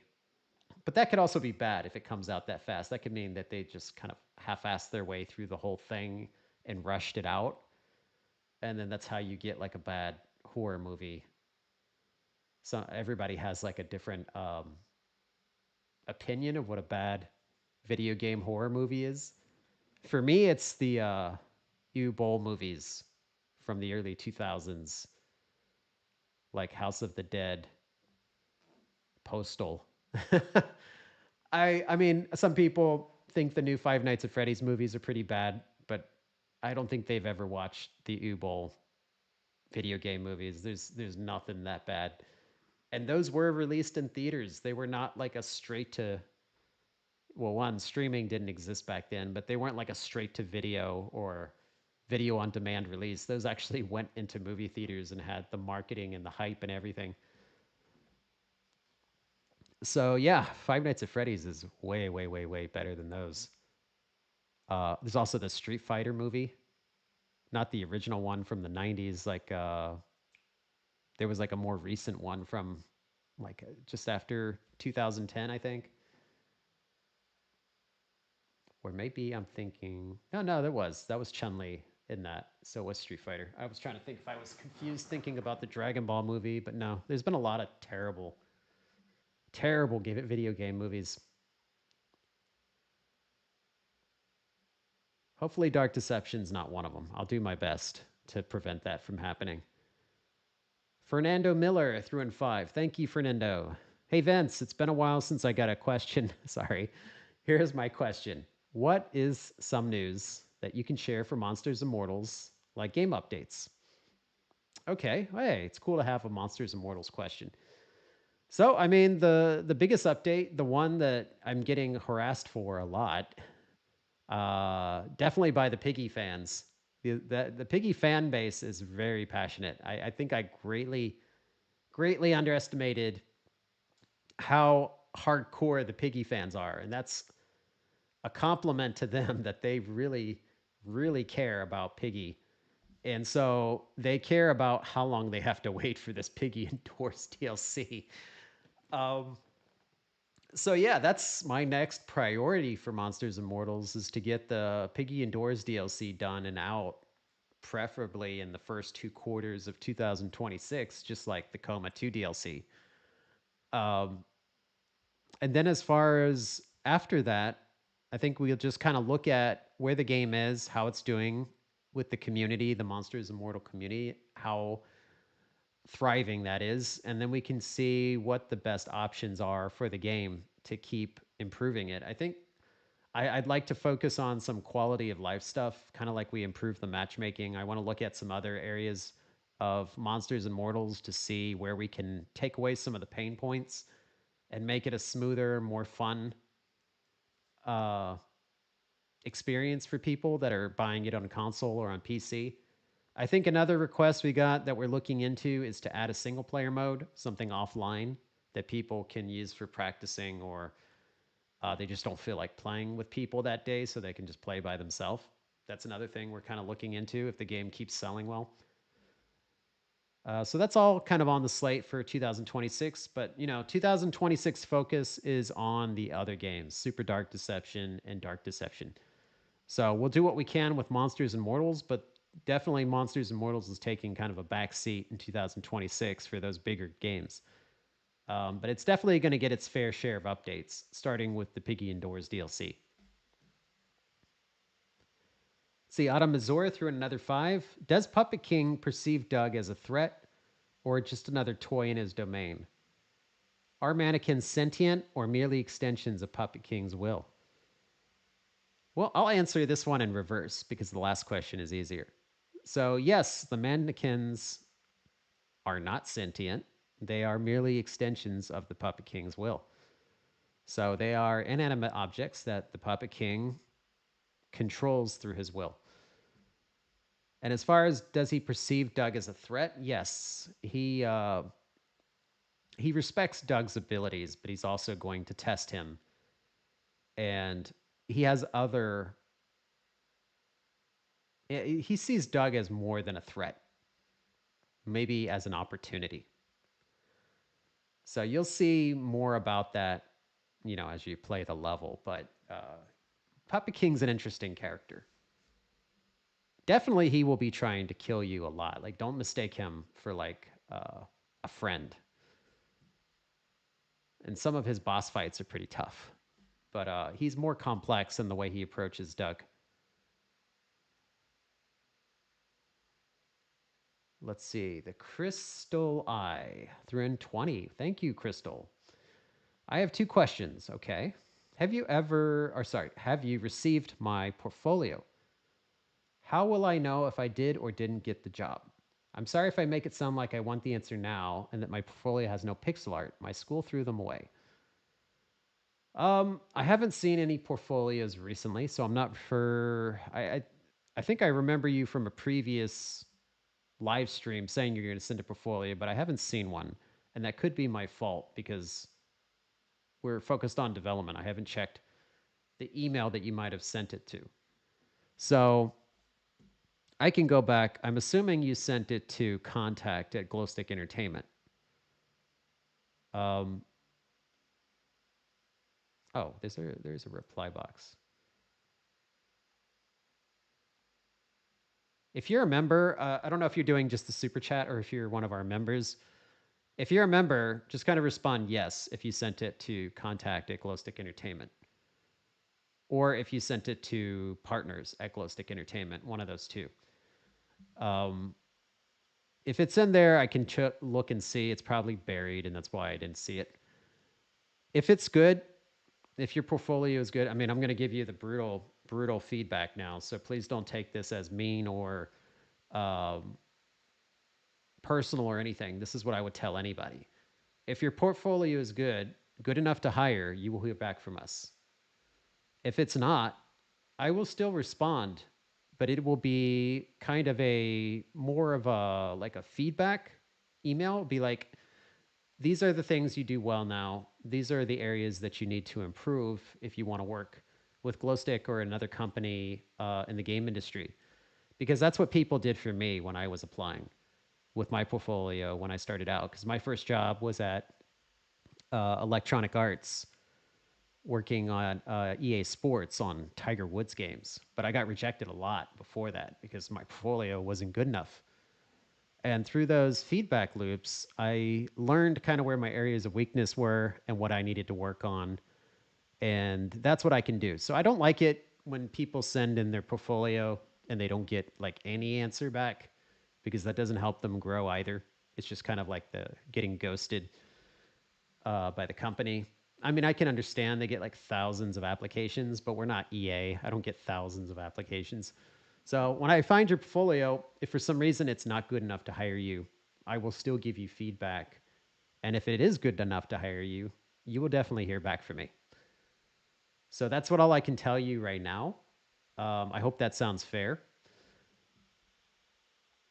But I don't know if your email matches your YouTube name here, the Crystal Eye. So if you sent it to contact, I'll find it. If you didn't, maybe send me an email through contact, and in the email say, "Hey, this is Crystal Eye, and this is where I sent my portfolio," and that will help me find it faster. Or yeah, that's probably the fastest way. I hope that helps. Sorry. Autumn Azura threw in 5. Thank you, Autumn. You're trapped in the hospital with the Reaper nurses. You have one monster as a bodyguard. No teleporting. Try to get out. Who do you pick? So no teleporting. And I need to get out with the help of one monster. Hmm. Definitely not the Goal Watchers because they would just stand still. Um, Probably go with the Murder Monkey just because he's big. I can use him as like a meat shield, like a moving meat shield while I run behind him. He can kind of slice and dice his way out and clear a path. Agatha's too small. And I mean, runner up the Joy Joy Gang or Mama Bear. Either of those three. Autumn Azura threw in 2. Thank you, Autumn. Can mannequins fuse into super mannequins? Trying to think if they do anything similar to that. Nope.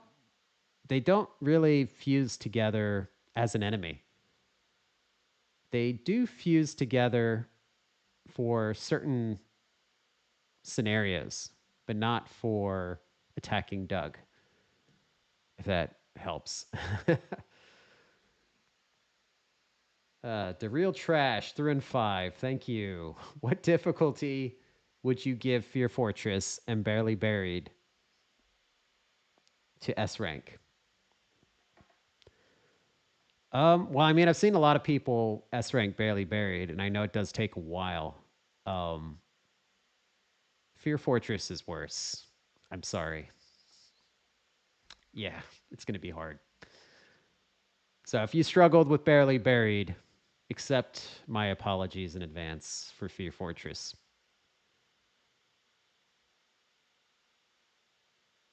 Autumn Azure threw in 2. Why is Puppet King in a mall? A play on Walmart. No, the mall setting has a point and why he's in there. And it's also related to Doug. So you'll see more of that as you progress through and kind of get a bit more information about both of those characters and their relationship to that environment. That's all I can say right now. Sorry. That's definitely kind of like a half you'll see. Gaming Scrooge threw in 25. Thank you, Gaming Scrooge. Is the new angel character inspired by Satan Baphomet? The hand gesture that it's doing in the teaser is similar to Baphomet's. Um, yeah, I guess you could make that comparison. The hand gesture, yes. So it's not the same as that character. Um, for those that don't know that goat, the Baphomet character. So it's not the same meaning, but it is also kind of a can't say that. Yeah, the visual is similar, but the meaning is different. We'll put it that way. That's about all I can say at this point. But yeah, that pose, you're not off. You're not wrong about that. Crystal Eye threw in another 2. Oh, follow up. Okay, so I'm Polly weighing in from the last stream. Okay, so I assume your email is under Polly, right? I'm gonna go with yes. I know you can't like respond to that or nod back, but and please don't do another donation just to answer that. You can. I'll just look for that name. I assume it's under that.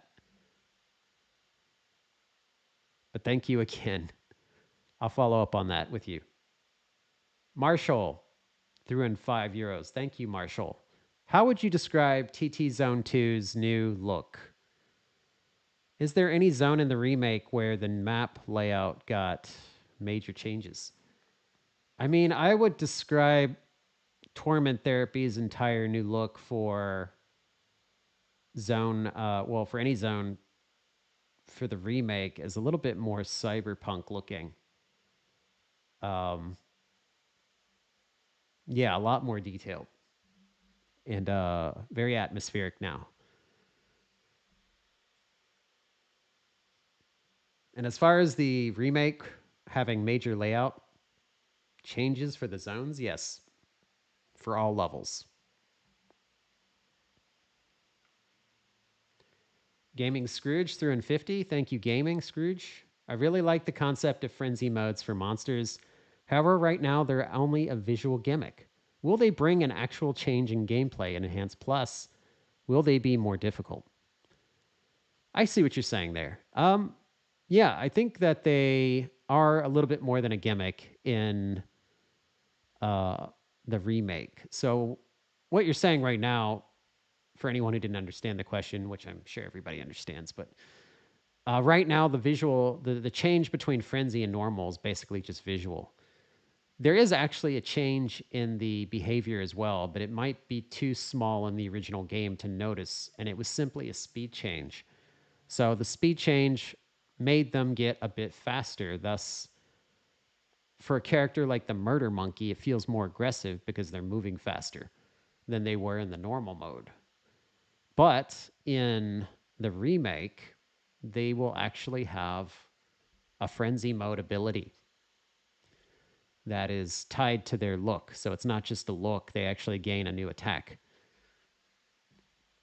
Kind of like their ultimate move or yeah, just kind of like their last stand type of thing. So I don't know if that pushes it as far as you want it to go, but it definitely moves it beyond just visual gimmick. Let's see. Marshall threw in another two. Will the barely buried cabin look bigger from the outside? No, the barely buried cabin doesn't change. The whole joke was that it's a tiny cabin, but when you go inside, it's obviously a bigger cabin. That was intentional. That wasn't like a accident.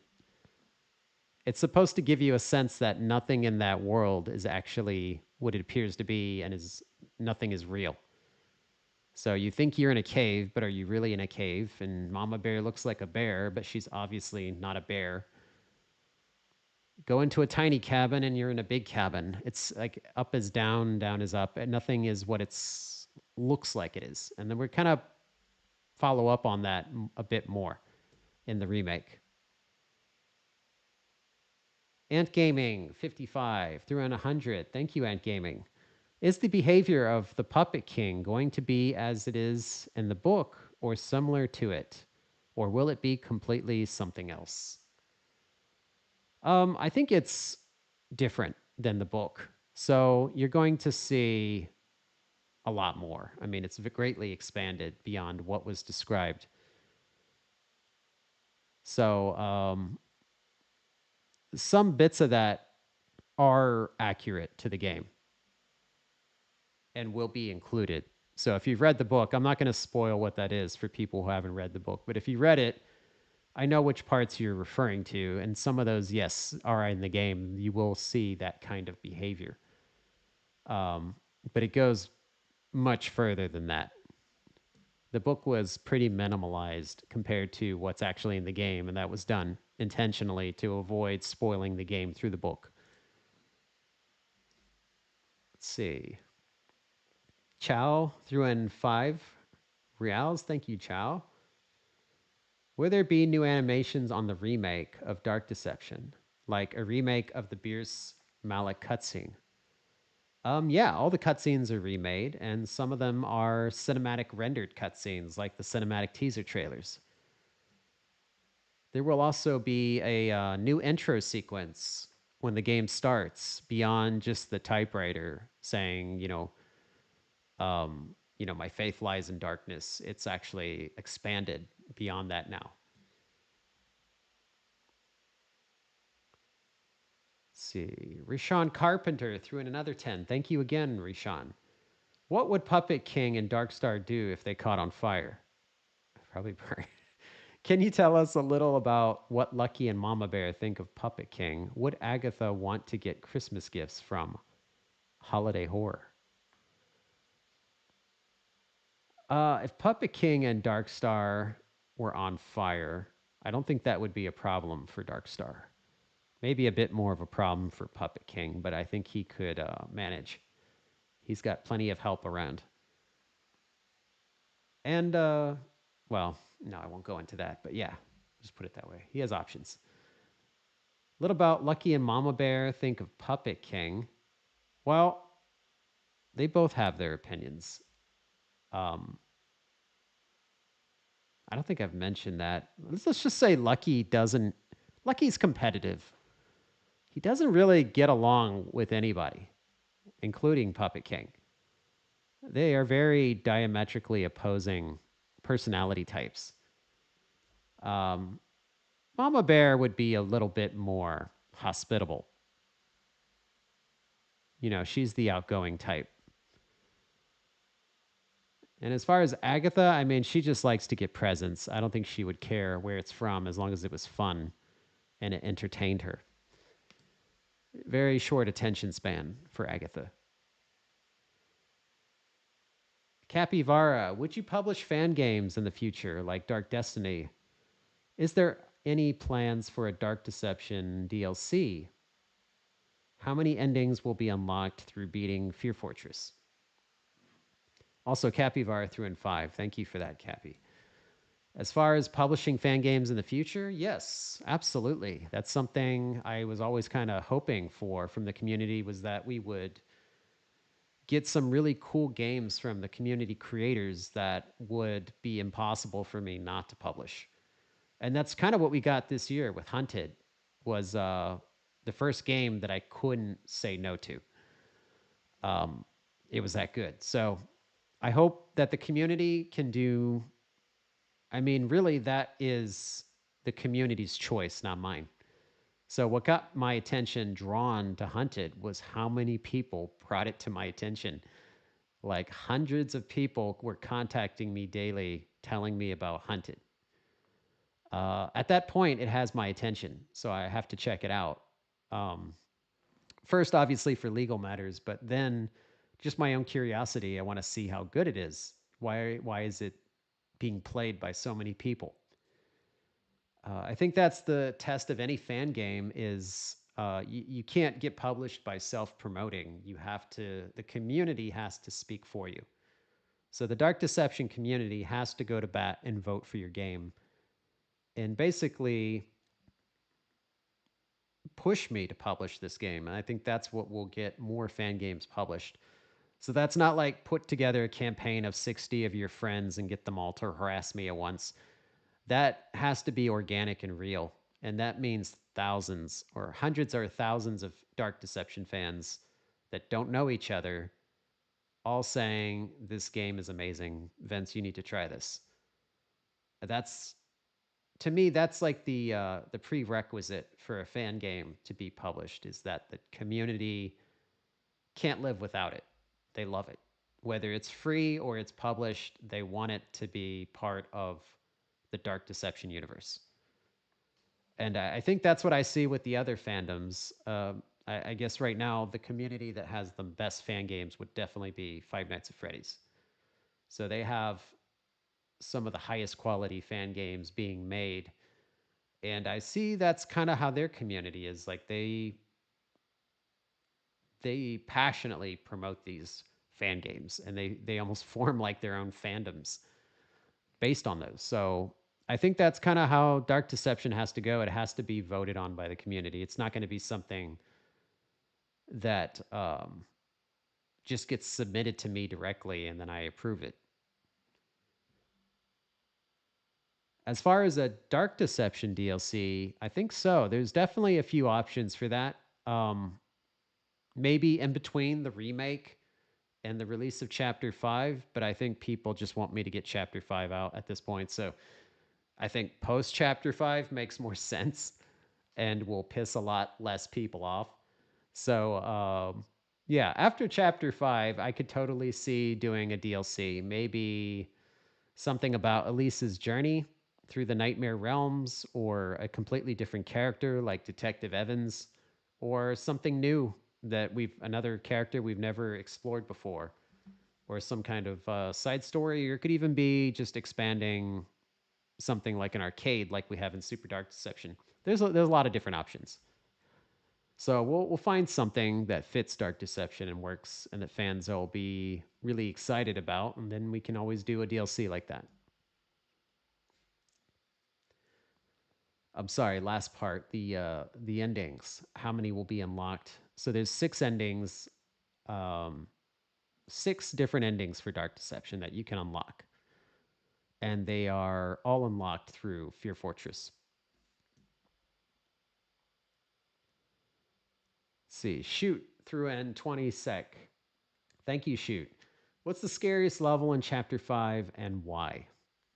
Well, I'm not going to go too much into detail about why, but as far as the scariest level, probably Wicked Ways. But that's just my opinion. You know, Mew Mew Meadows threw in another two. Thank you, Mew Mew. Is the Phantom version of Malik his frenzy mode? Um, Pretty much. But Malik also has multiple forms. The Phantom version of Malik is not his final form. He has a few more. Let's see, Rishan Carpenter threw in another five. Thank you, Rishan. Are the TV heads or robots Darkstar's band? Can Darkstar play trombone? Can Puppet King do a split or any other physical abilities? I feel like I've gotten that question twice about whether he can do the splits. And I think I skipped it the first time, so I'll answer it this time just to cover my bases. Uh, he does not do the splits in the game. He has many maneuvers that he can do, and he's quite agile, but he will not be doing the splits while you're fighting him, nor while you're talking to him. He's not just going to suddenly go down and do the splits on the ground just to like get into Doug's head and mess with him. Are they Darkstar's band? No, not really, but they are part of her show. And can Darkstar play trombone? No, she's almost purely a vocalist. Let's see, Marshall threw in another five. Thank you, Marshall. If there's no outside in holiday horror, where is the Puppet King throne that we saw in the teaser? Well, I can't uh, disclose where the throne is at. I'm going to avoid answering that question. But it is inside the mall. Sorry.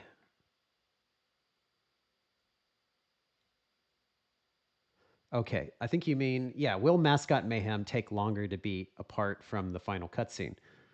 So, yeah, I think Mascot Mayhem will take longer simply because the level's different, it's extended, and the boss fights are extended and more complex now.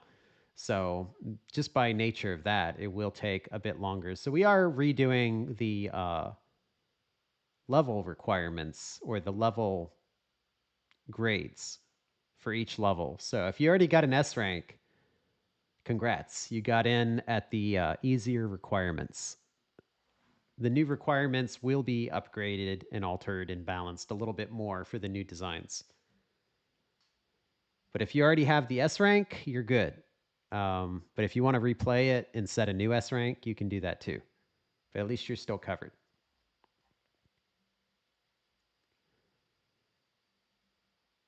Wow, these super chats keep coming. You guys are active.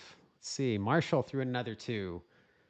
Will the Beerus versus Malik fight have major changes? No, the cutscene itself will be the same as far as what happens. We're just going to polish up the cutscene and make it look more cinematic. I mean, I think it already looked pretty cinematic. We're just improving the quality. Let's see. UBF threw in five. Thank you, UBF. Is Adriana Figuera still the vocalist for Dark Star? No, she's not. She was replaced due to the health concerns and her recovery period. Um, Recording for Dark Star just wasn't a top priority when, given her health and the recovery time and everything, we felt she should kind of focus on that. And we have other opportunities for Adriana in the future that she can always come back to if things improve and she's doing much better. But definitely don't want to we didn't want to force her to do the aggressive schedule of Dark Star when she's not in good health. Let's see. Mew Mew Meadows through another 10. Thank you, Mew Mew. You said that E took a slightly different path than Doug, right? Yes, that's correct. In her note in Stranger Sewers, she said something about a dollhouse. Is that a different realm entirely or the same mansion in Dark or Deadly Decadence? No, that is an entirely different portal or realm.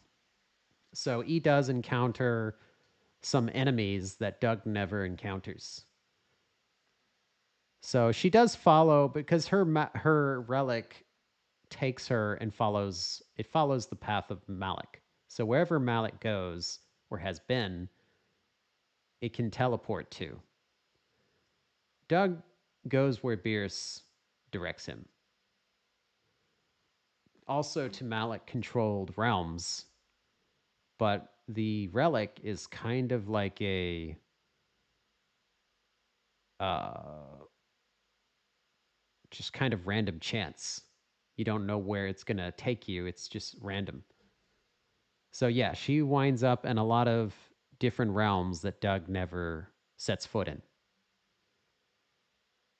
Rishon Carpenter threw in five. Thank you again. Does Puppet King eat Christmas cookies? Is he an expert at jousting, or is it that likely to see that? Sorry, that the end of that kind of threw me off. Is it likely to see that in the first boss in Holiday Horror? No, he doesn't do any jousting, so you're not going to see that. As far as the Christmas cookies, his mall is quite festive. It is plausible that there would be cookies and that in his downtime he might eat them. I'm not going to take anything off the table at this point. So feel free to theorize about which Christmas cookies would be on the menu. I'm sure they have a something in the food court.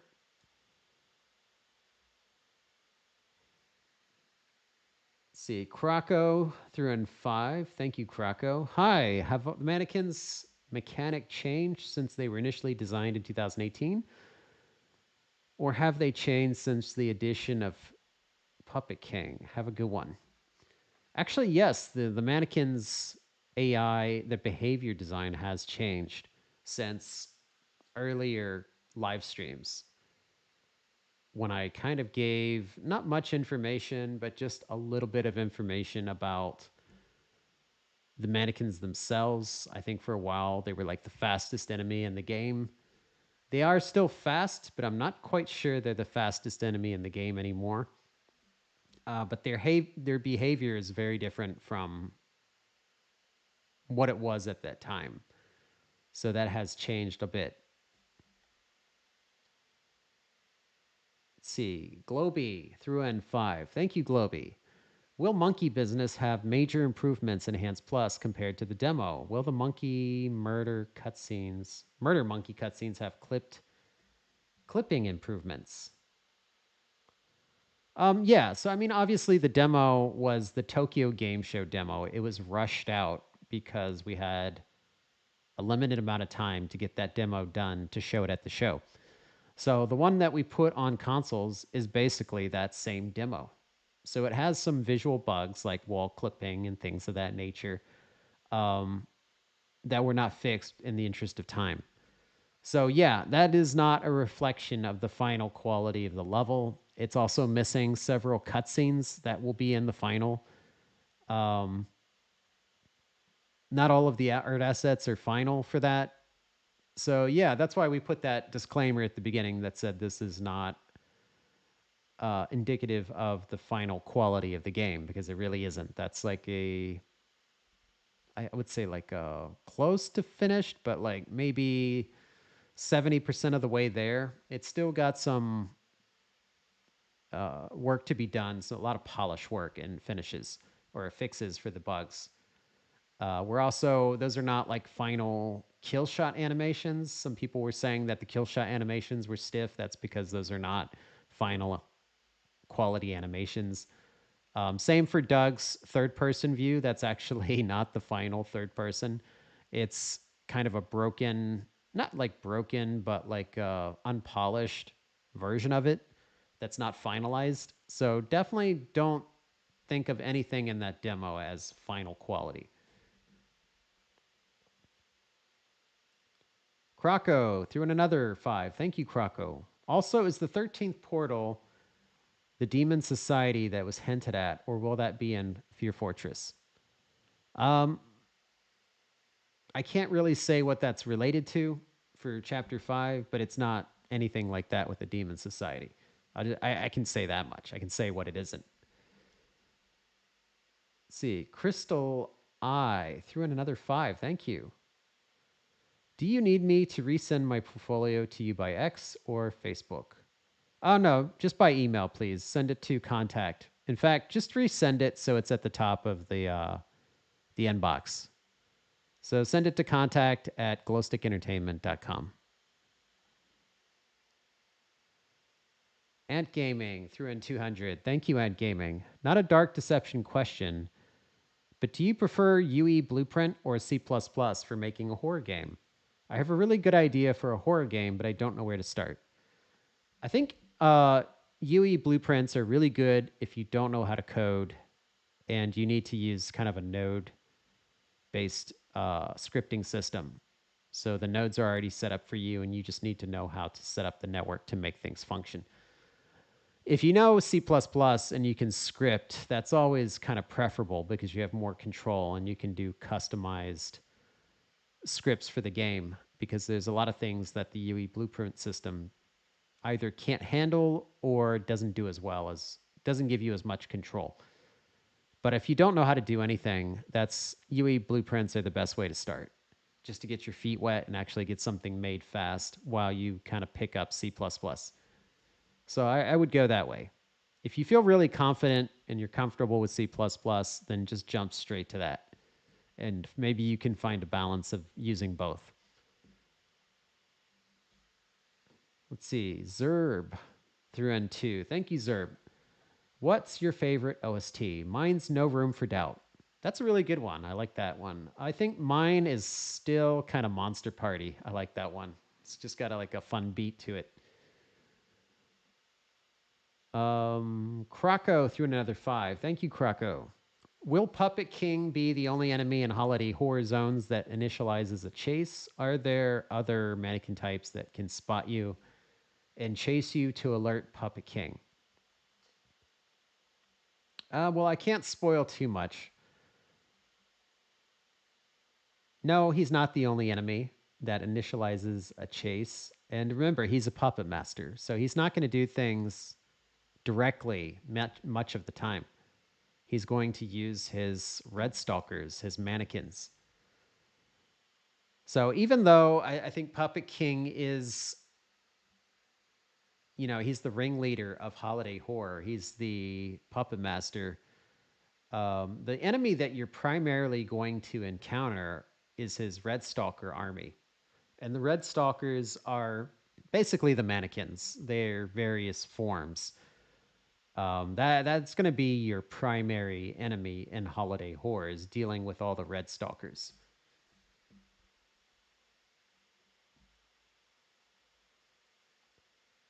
And then what was the other one? Yeah, I've already mentioned multiple times that there are several types of those mannequins, the red stalkers. UBF13 through N2, thank you again, UBF. Are you going to make Dark Deception more realistic? Yeah. I mean, that is the goal, is to make it more cinematic and feel more realistic. Within the scope of indie horror budget. So obviously we're not AAA, but we're going to do our best. Let's see. Erlo Kalneko through in five. Thank you, Erlo. No questions, just supporting. Well, thank you.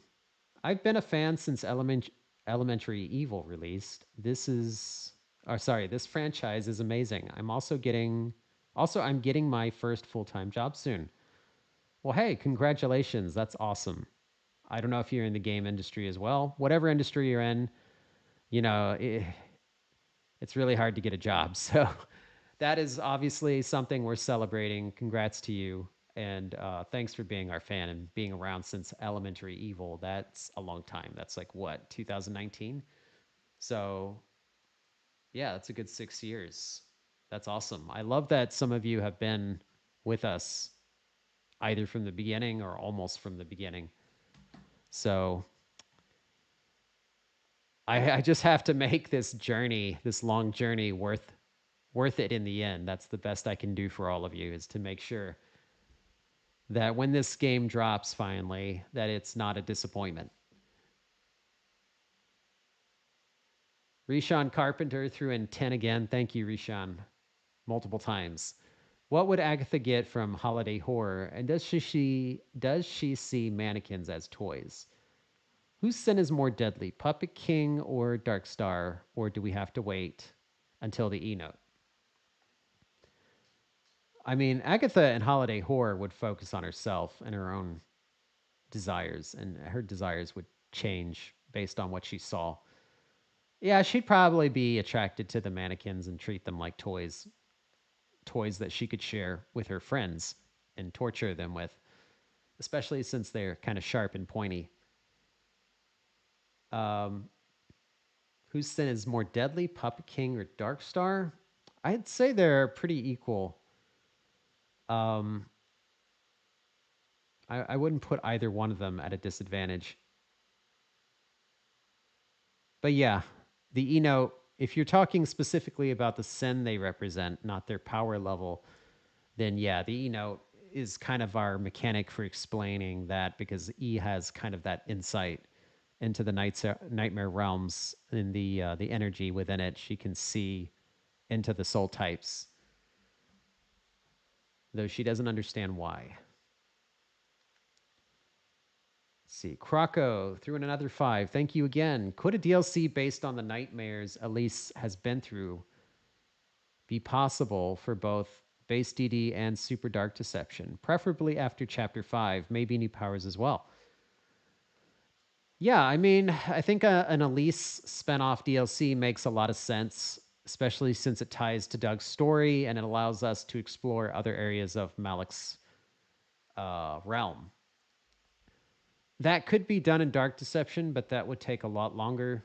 But I think it's possible for both. But it could also just be something that's for Super Dark Deception because it's a lot faster to make. It really depends on where that DLC would have the greatest impact and the most benefit. So, if Dark Deception is like obviously the top selling game, we're not going to waste such a good DLC purely on Super Dark Deception. Then it would justify the investment to do it for both or purely for Dark Deception. It's just for Dark Deception, the quality bar would take time to make. So it would be like another wait. I know fans are not a fan of waiting. So I don't know if they'd be ready for that. But I mean, if they can wait a little bit longer, then yeah, we could do the DLC for Dark Deception. See, we'll see how patient they are feeling at that moment in time. Capybara Gamer threw in another five. Thank you again. How is Super Dark Deception development going? What do we gain from S ranking Wicked Ways? If there's a demon mode ending, what happens when we beat Wicked Ways, and Demon Mode. Well, let's start with the first one. Super Dark Deception development is going very well. It's pretty much wrapping up. We're basically just doing the last bug fixing to fix up some issues with the boss fights and the gameplay, as well as kind of finish some of the unfinished cutscenes for like E-Note and some in-game events, especially in the last two levels, Mascot Mayhem and Barely Buried. I think most of the polish work at this point is being done in Mascot Mayhem and Barely Buried. Those are the levels with the most kind of remaining issues that we're working through. But yeah, it's pretty close to finished. We're just kind of wrapping that up. And as far as what do you gain from S ranking Wicked Ways? I mean, you get an achievement.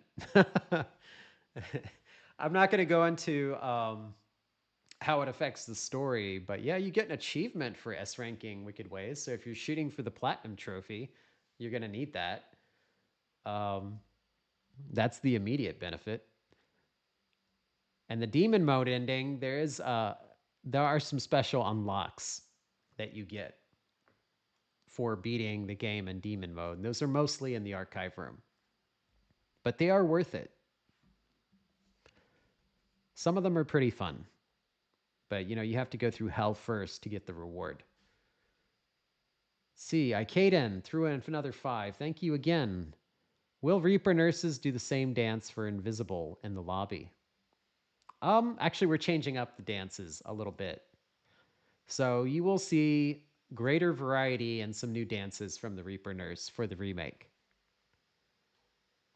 See, Ant Gaming threw another 100. Thank you, Ant Gaming. Will Doug meet E at some point? Oh, that sounds like a spoiler question. You trying to walk me into a trick question there? Um, it's plausible that Doug will meet E at some point. I can't say where or how or when, but they're both in the same nightmare realm. They might meet up at some point, or maybe Doug. I mean, I can't say they'll both be alive or that it will be positive. But Doug's following the paper trail. He's following the e-notes. So we'll see how that ends. Let's see. Marshall threw in another 2. Will Fear Fortress have more than 2 boss fights? Yes. Let's see. Globy threw in another 5. Thank you again, Globy. Will Zone 2 of Holiday Horror be the dark and mysterious side of the mall? Actually, Zone 2 is kind of a weird section of the mall, and it feels like a transition between a darker part of the mall. So you'll see what that is when you actually play the game, but yeah, it's darker than Zone 1, but not as dark as Zone 3. Let's see. Chow threw in another 5. Thank you again. Sorry if I'm reading that name wrong. I'm just going to say Chow because it's like Caioow. I'm just going to call you Chow. Just got to accept it. Will Super Dark Deception Chapter 1 get a little upgrade to match the remake scenarios? Also, some other remake changes will be visible in Super Dark Deception Chapter 2 first.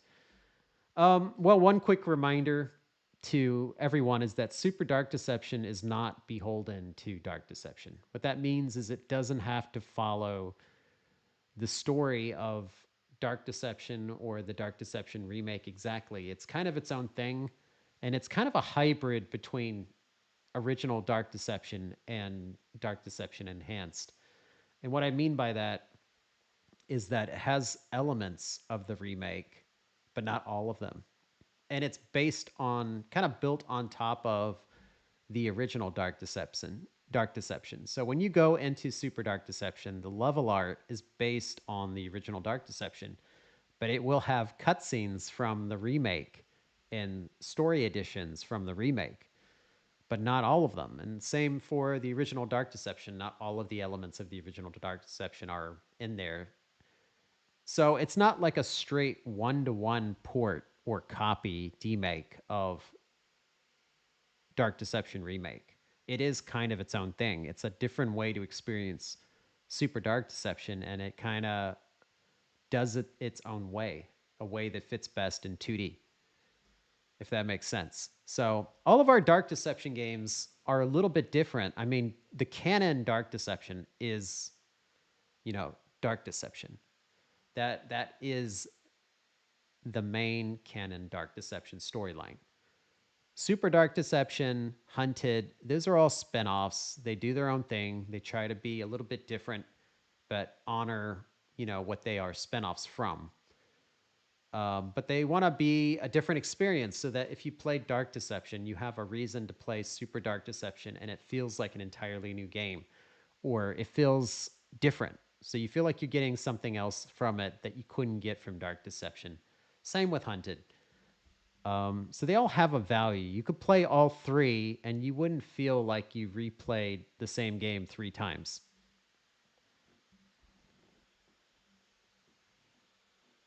Okay. Globy threw another 2. Will Zone 3 of Holiday Horror look medieval? You're trying to get me to break down all the zones of Holiday Horror, but I cannot. You get the you'll see response for that one. Um, it definitely has. It looks like something, but yeah, don't expect like White Castle or anything medieval. It's not like that. It's not Demon Souls. But oh, okay. Vandy threw in 5. Thank you, Vandy. Thanks for featuring Dark Deception Gregory Horror Show on the community video. Should we open source and drop the level 2 update? Well, hey, I assume you're part of the dev team for that. I actually just learned about that fan game and I was watching it and it looked really cool. Like I was actually, because I actually work with somebody on Super Dark Deception who's a huge Gregory Horror Show fan and he mentions it a lot.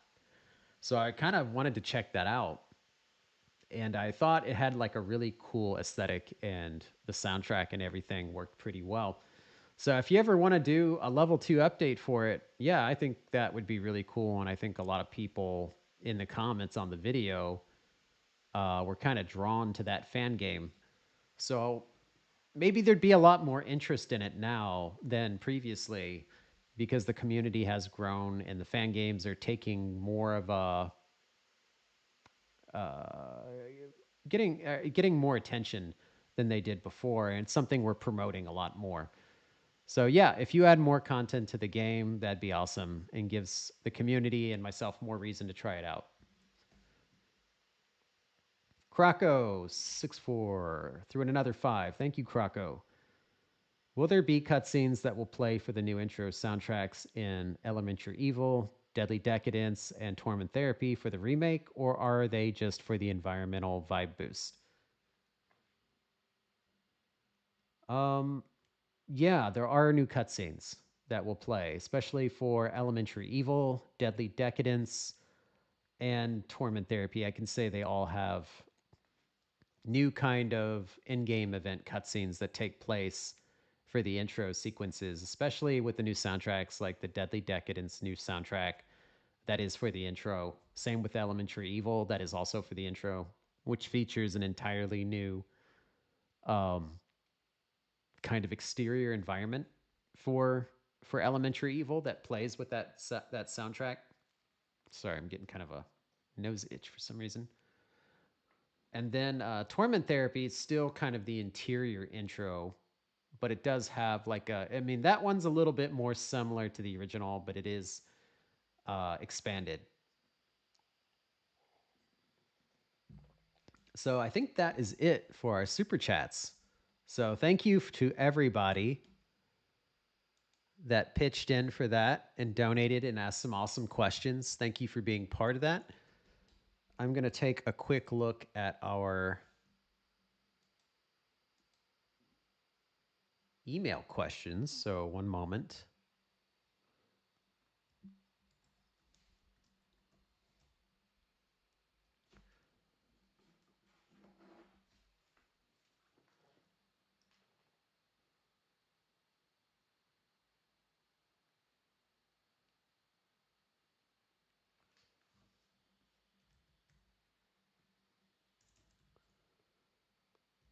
Let me see if we get any interesting ones in here.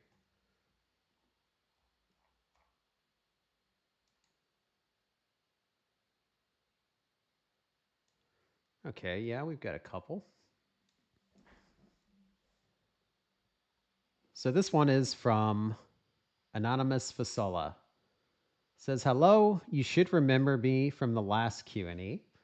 I'm back with more questions. Number 1. Well, this is a list. Okay, number 1. Will the trap from Zone 3 elevator in Monsters Immortals entrance be added to Zone 3? I'm sorry, not Monsters Immortals, Mascot Mayhem. Trap from Zone 3 elevator.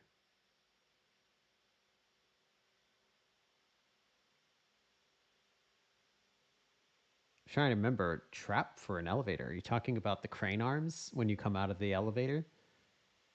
Um, Trap from the Zone 3 elevator. Well, we have added a lot of different things to Zone 3 as far as environment hazards. And while there's not any trap for the elevator, Zone 3 does have more hazards. So I guess I can leave it at that. Number 2, describe prison panics, common enemies in one word. Well, I mean, the primary enemies for prison panic are the ones that have kind of been teased, which are the Star Army. Number 3, who will have next Enhanced Plus OST? Okay, so which will be the next Enhanced Plus OST? Probably Stranger Sewers. I'm actually sitting on a few soundtracks for the Chapter 1 through 4 remake, and Stranger Sewers is one that I haven't released yet.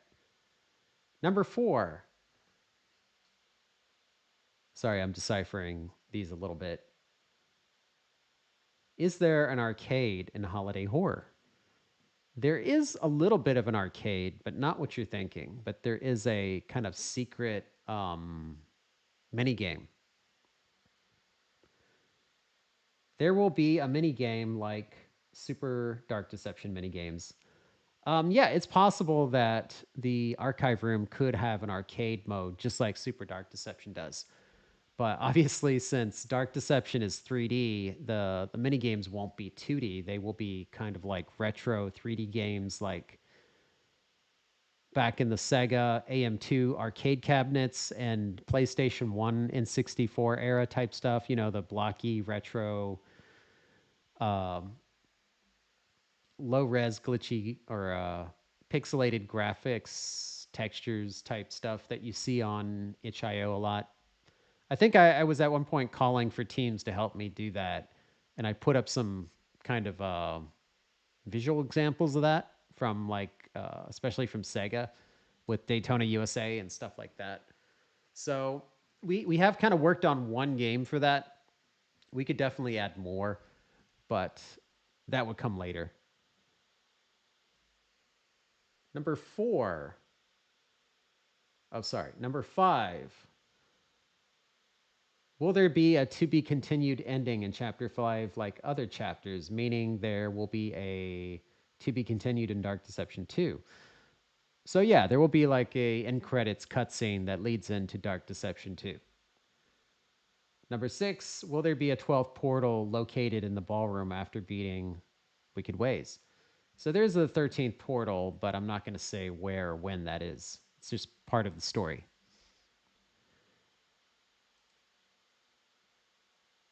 Let's see. We have one from Yort. It says, "Hi Vince. I wanted to ask how the progress of Enhanced Plus, the Dark Deception remake, is going, and when approximately we will be able to see screenshots from other levels. For example, Elementary Evil. Thank you and all the best." Um, I can't put like a specific date on when the screenshots are going to be shared, but I think you all know me. Like anytime I can share a screenshot and it doesn't spoil the game, I will definitely post something on YouTube and Twitter. So I guess you'll see something every month. Every month you're going to see some kind of teaser for Dark Deception, the remake, or Super Dark Deception. So no worries about that. I've got you all covered.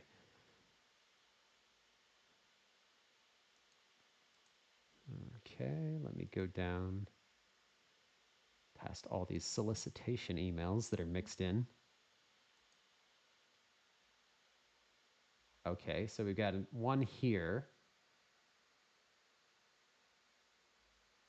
but it's about the angel teaser. It says, "Is this angel from level 9 or an enemy altar after level 9?" I can't say where in the game it's from, so sorry, I can't really give this person much on that, but it is from chapter 5. At least I can say that much. Um, okay. Well, I think this is a question, but it's in Russian, and I can't decipher that. So, well, let me whip out Google Translate and see if that will help me.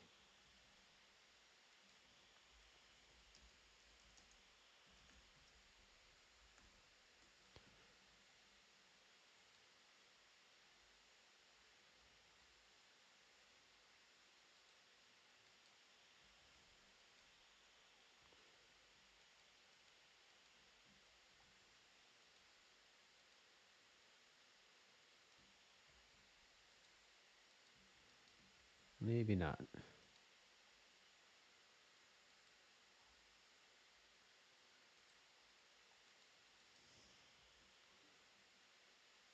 Oh, no, it's not a question. Okay. Still had to check. Well, this one's more straightforward from Russian. Is Dark Deception Enhanced Plus ready? No, not yet.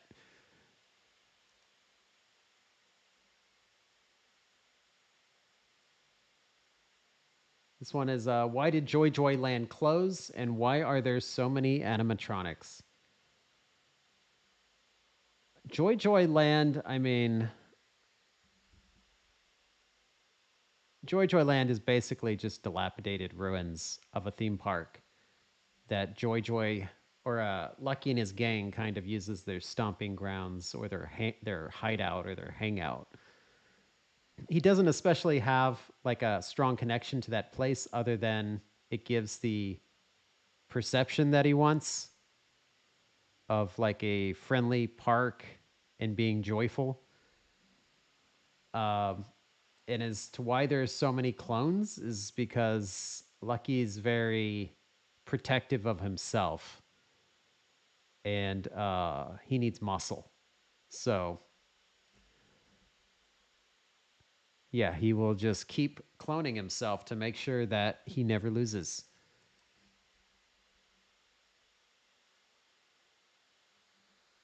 Okay, this one says, "Hello, Vince." It's from a Russian fan whose name I cannot read. Looks like Aha Pen, but I'm not going to butcher their name by and I can't translate it right now. So, hello, Vince. I wanted to ask one question. Are there any more soundtracks coming out? And are there many more left? So, yeah, there are a number of soundtrack tracks left, especially for Chapter 5. And yes, there are more coming out soon. I said, well, that was for Chapter 1 through 4 remake with Stranger Sewers. But there are some themes for Chapter 5 that I haven't released yet, especially one for the Demon God that I could share. Um, so yeah, I think more soundtracks are coming. They'll be kind of scattered each month. So something else you can look forward to. Yeah, more music from Dan.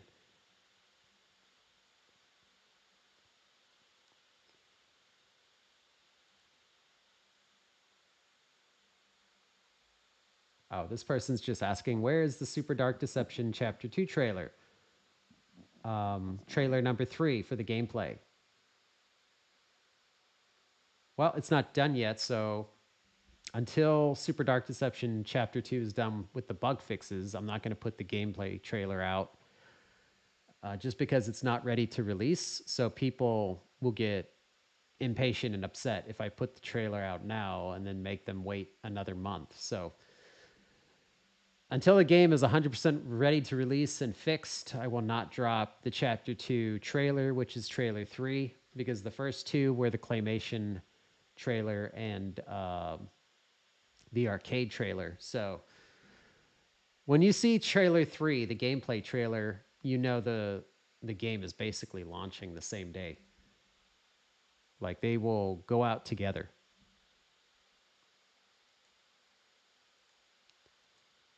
Okay. Well, I think that's it for the email for now. And we're at 2.5 hours for the stream. So sorry guys, but it's 4:30 a.m. I can feel myself crashing. I gotta end it here. Thank you to everybody that came and sat through this stream for 2.5 hours and asked me some awesome questions. I really appreciate that you all show up and make these Q&A sessions fun to do. So I know it's been 3 months since the last one. That's too big of a gap. So I'm going to try to do, if not every month, every other month. But I would like to get more on track with Q&A live streams, um, at least bi-monthly or monthly. It'll be based on if I have anything to talk about, if we have anything new, because we don't want to do two Q&A live streams back to back with 2 months and there's no changes. So it's like we just rehash and talk about the same things again. That will be kind of boring for everybody. So I like to do these Q&As when we have actually a lot of new content to discuss and some new things to ask questions about, because that keeps it fun and interesting for everybody and informative. So things are moving a lot faster now and we have a lot more projects. So I think it's very possible next month we'll have enough new reveals or new progress to talk about doing another Q&A live stream in February. I think maybe even by then, Chapter 2 will be out and possibly even House 2. If those two games are out, we'll have plenty to talk about. So, yeah, something to look forward to. Welcome to 2026. I hope it's great for everybody. And I'll see you all in the next Q&A live stream. Good night, good day, wherever you are. Have a good one.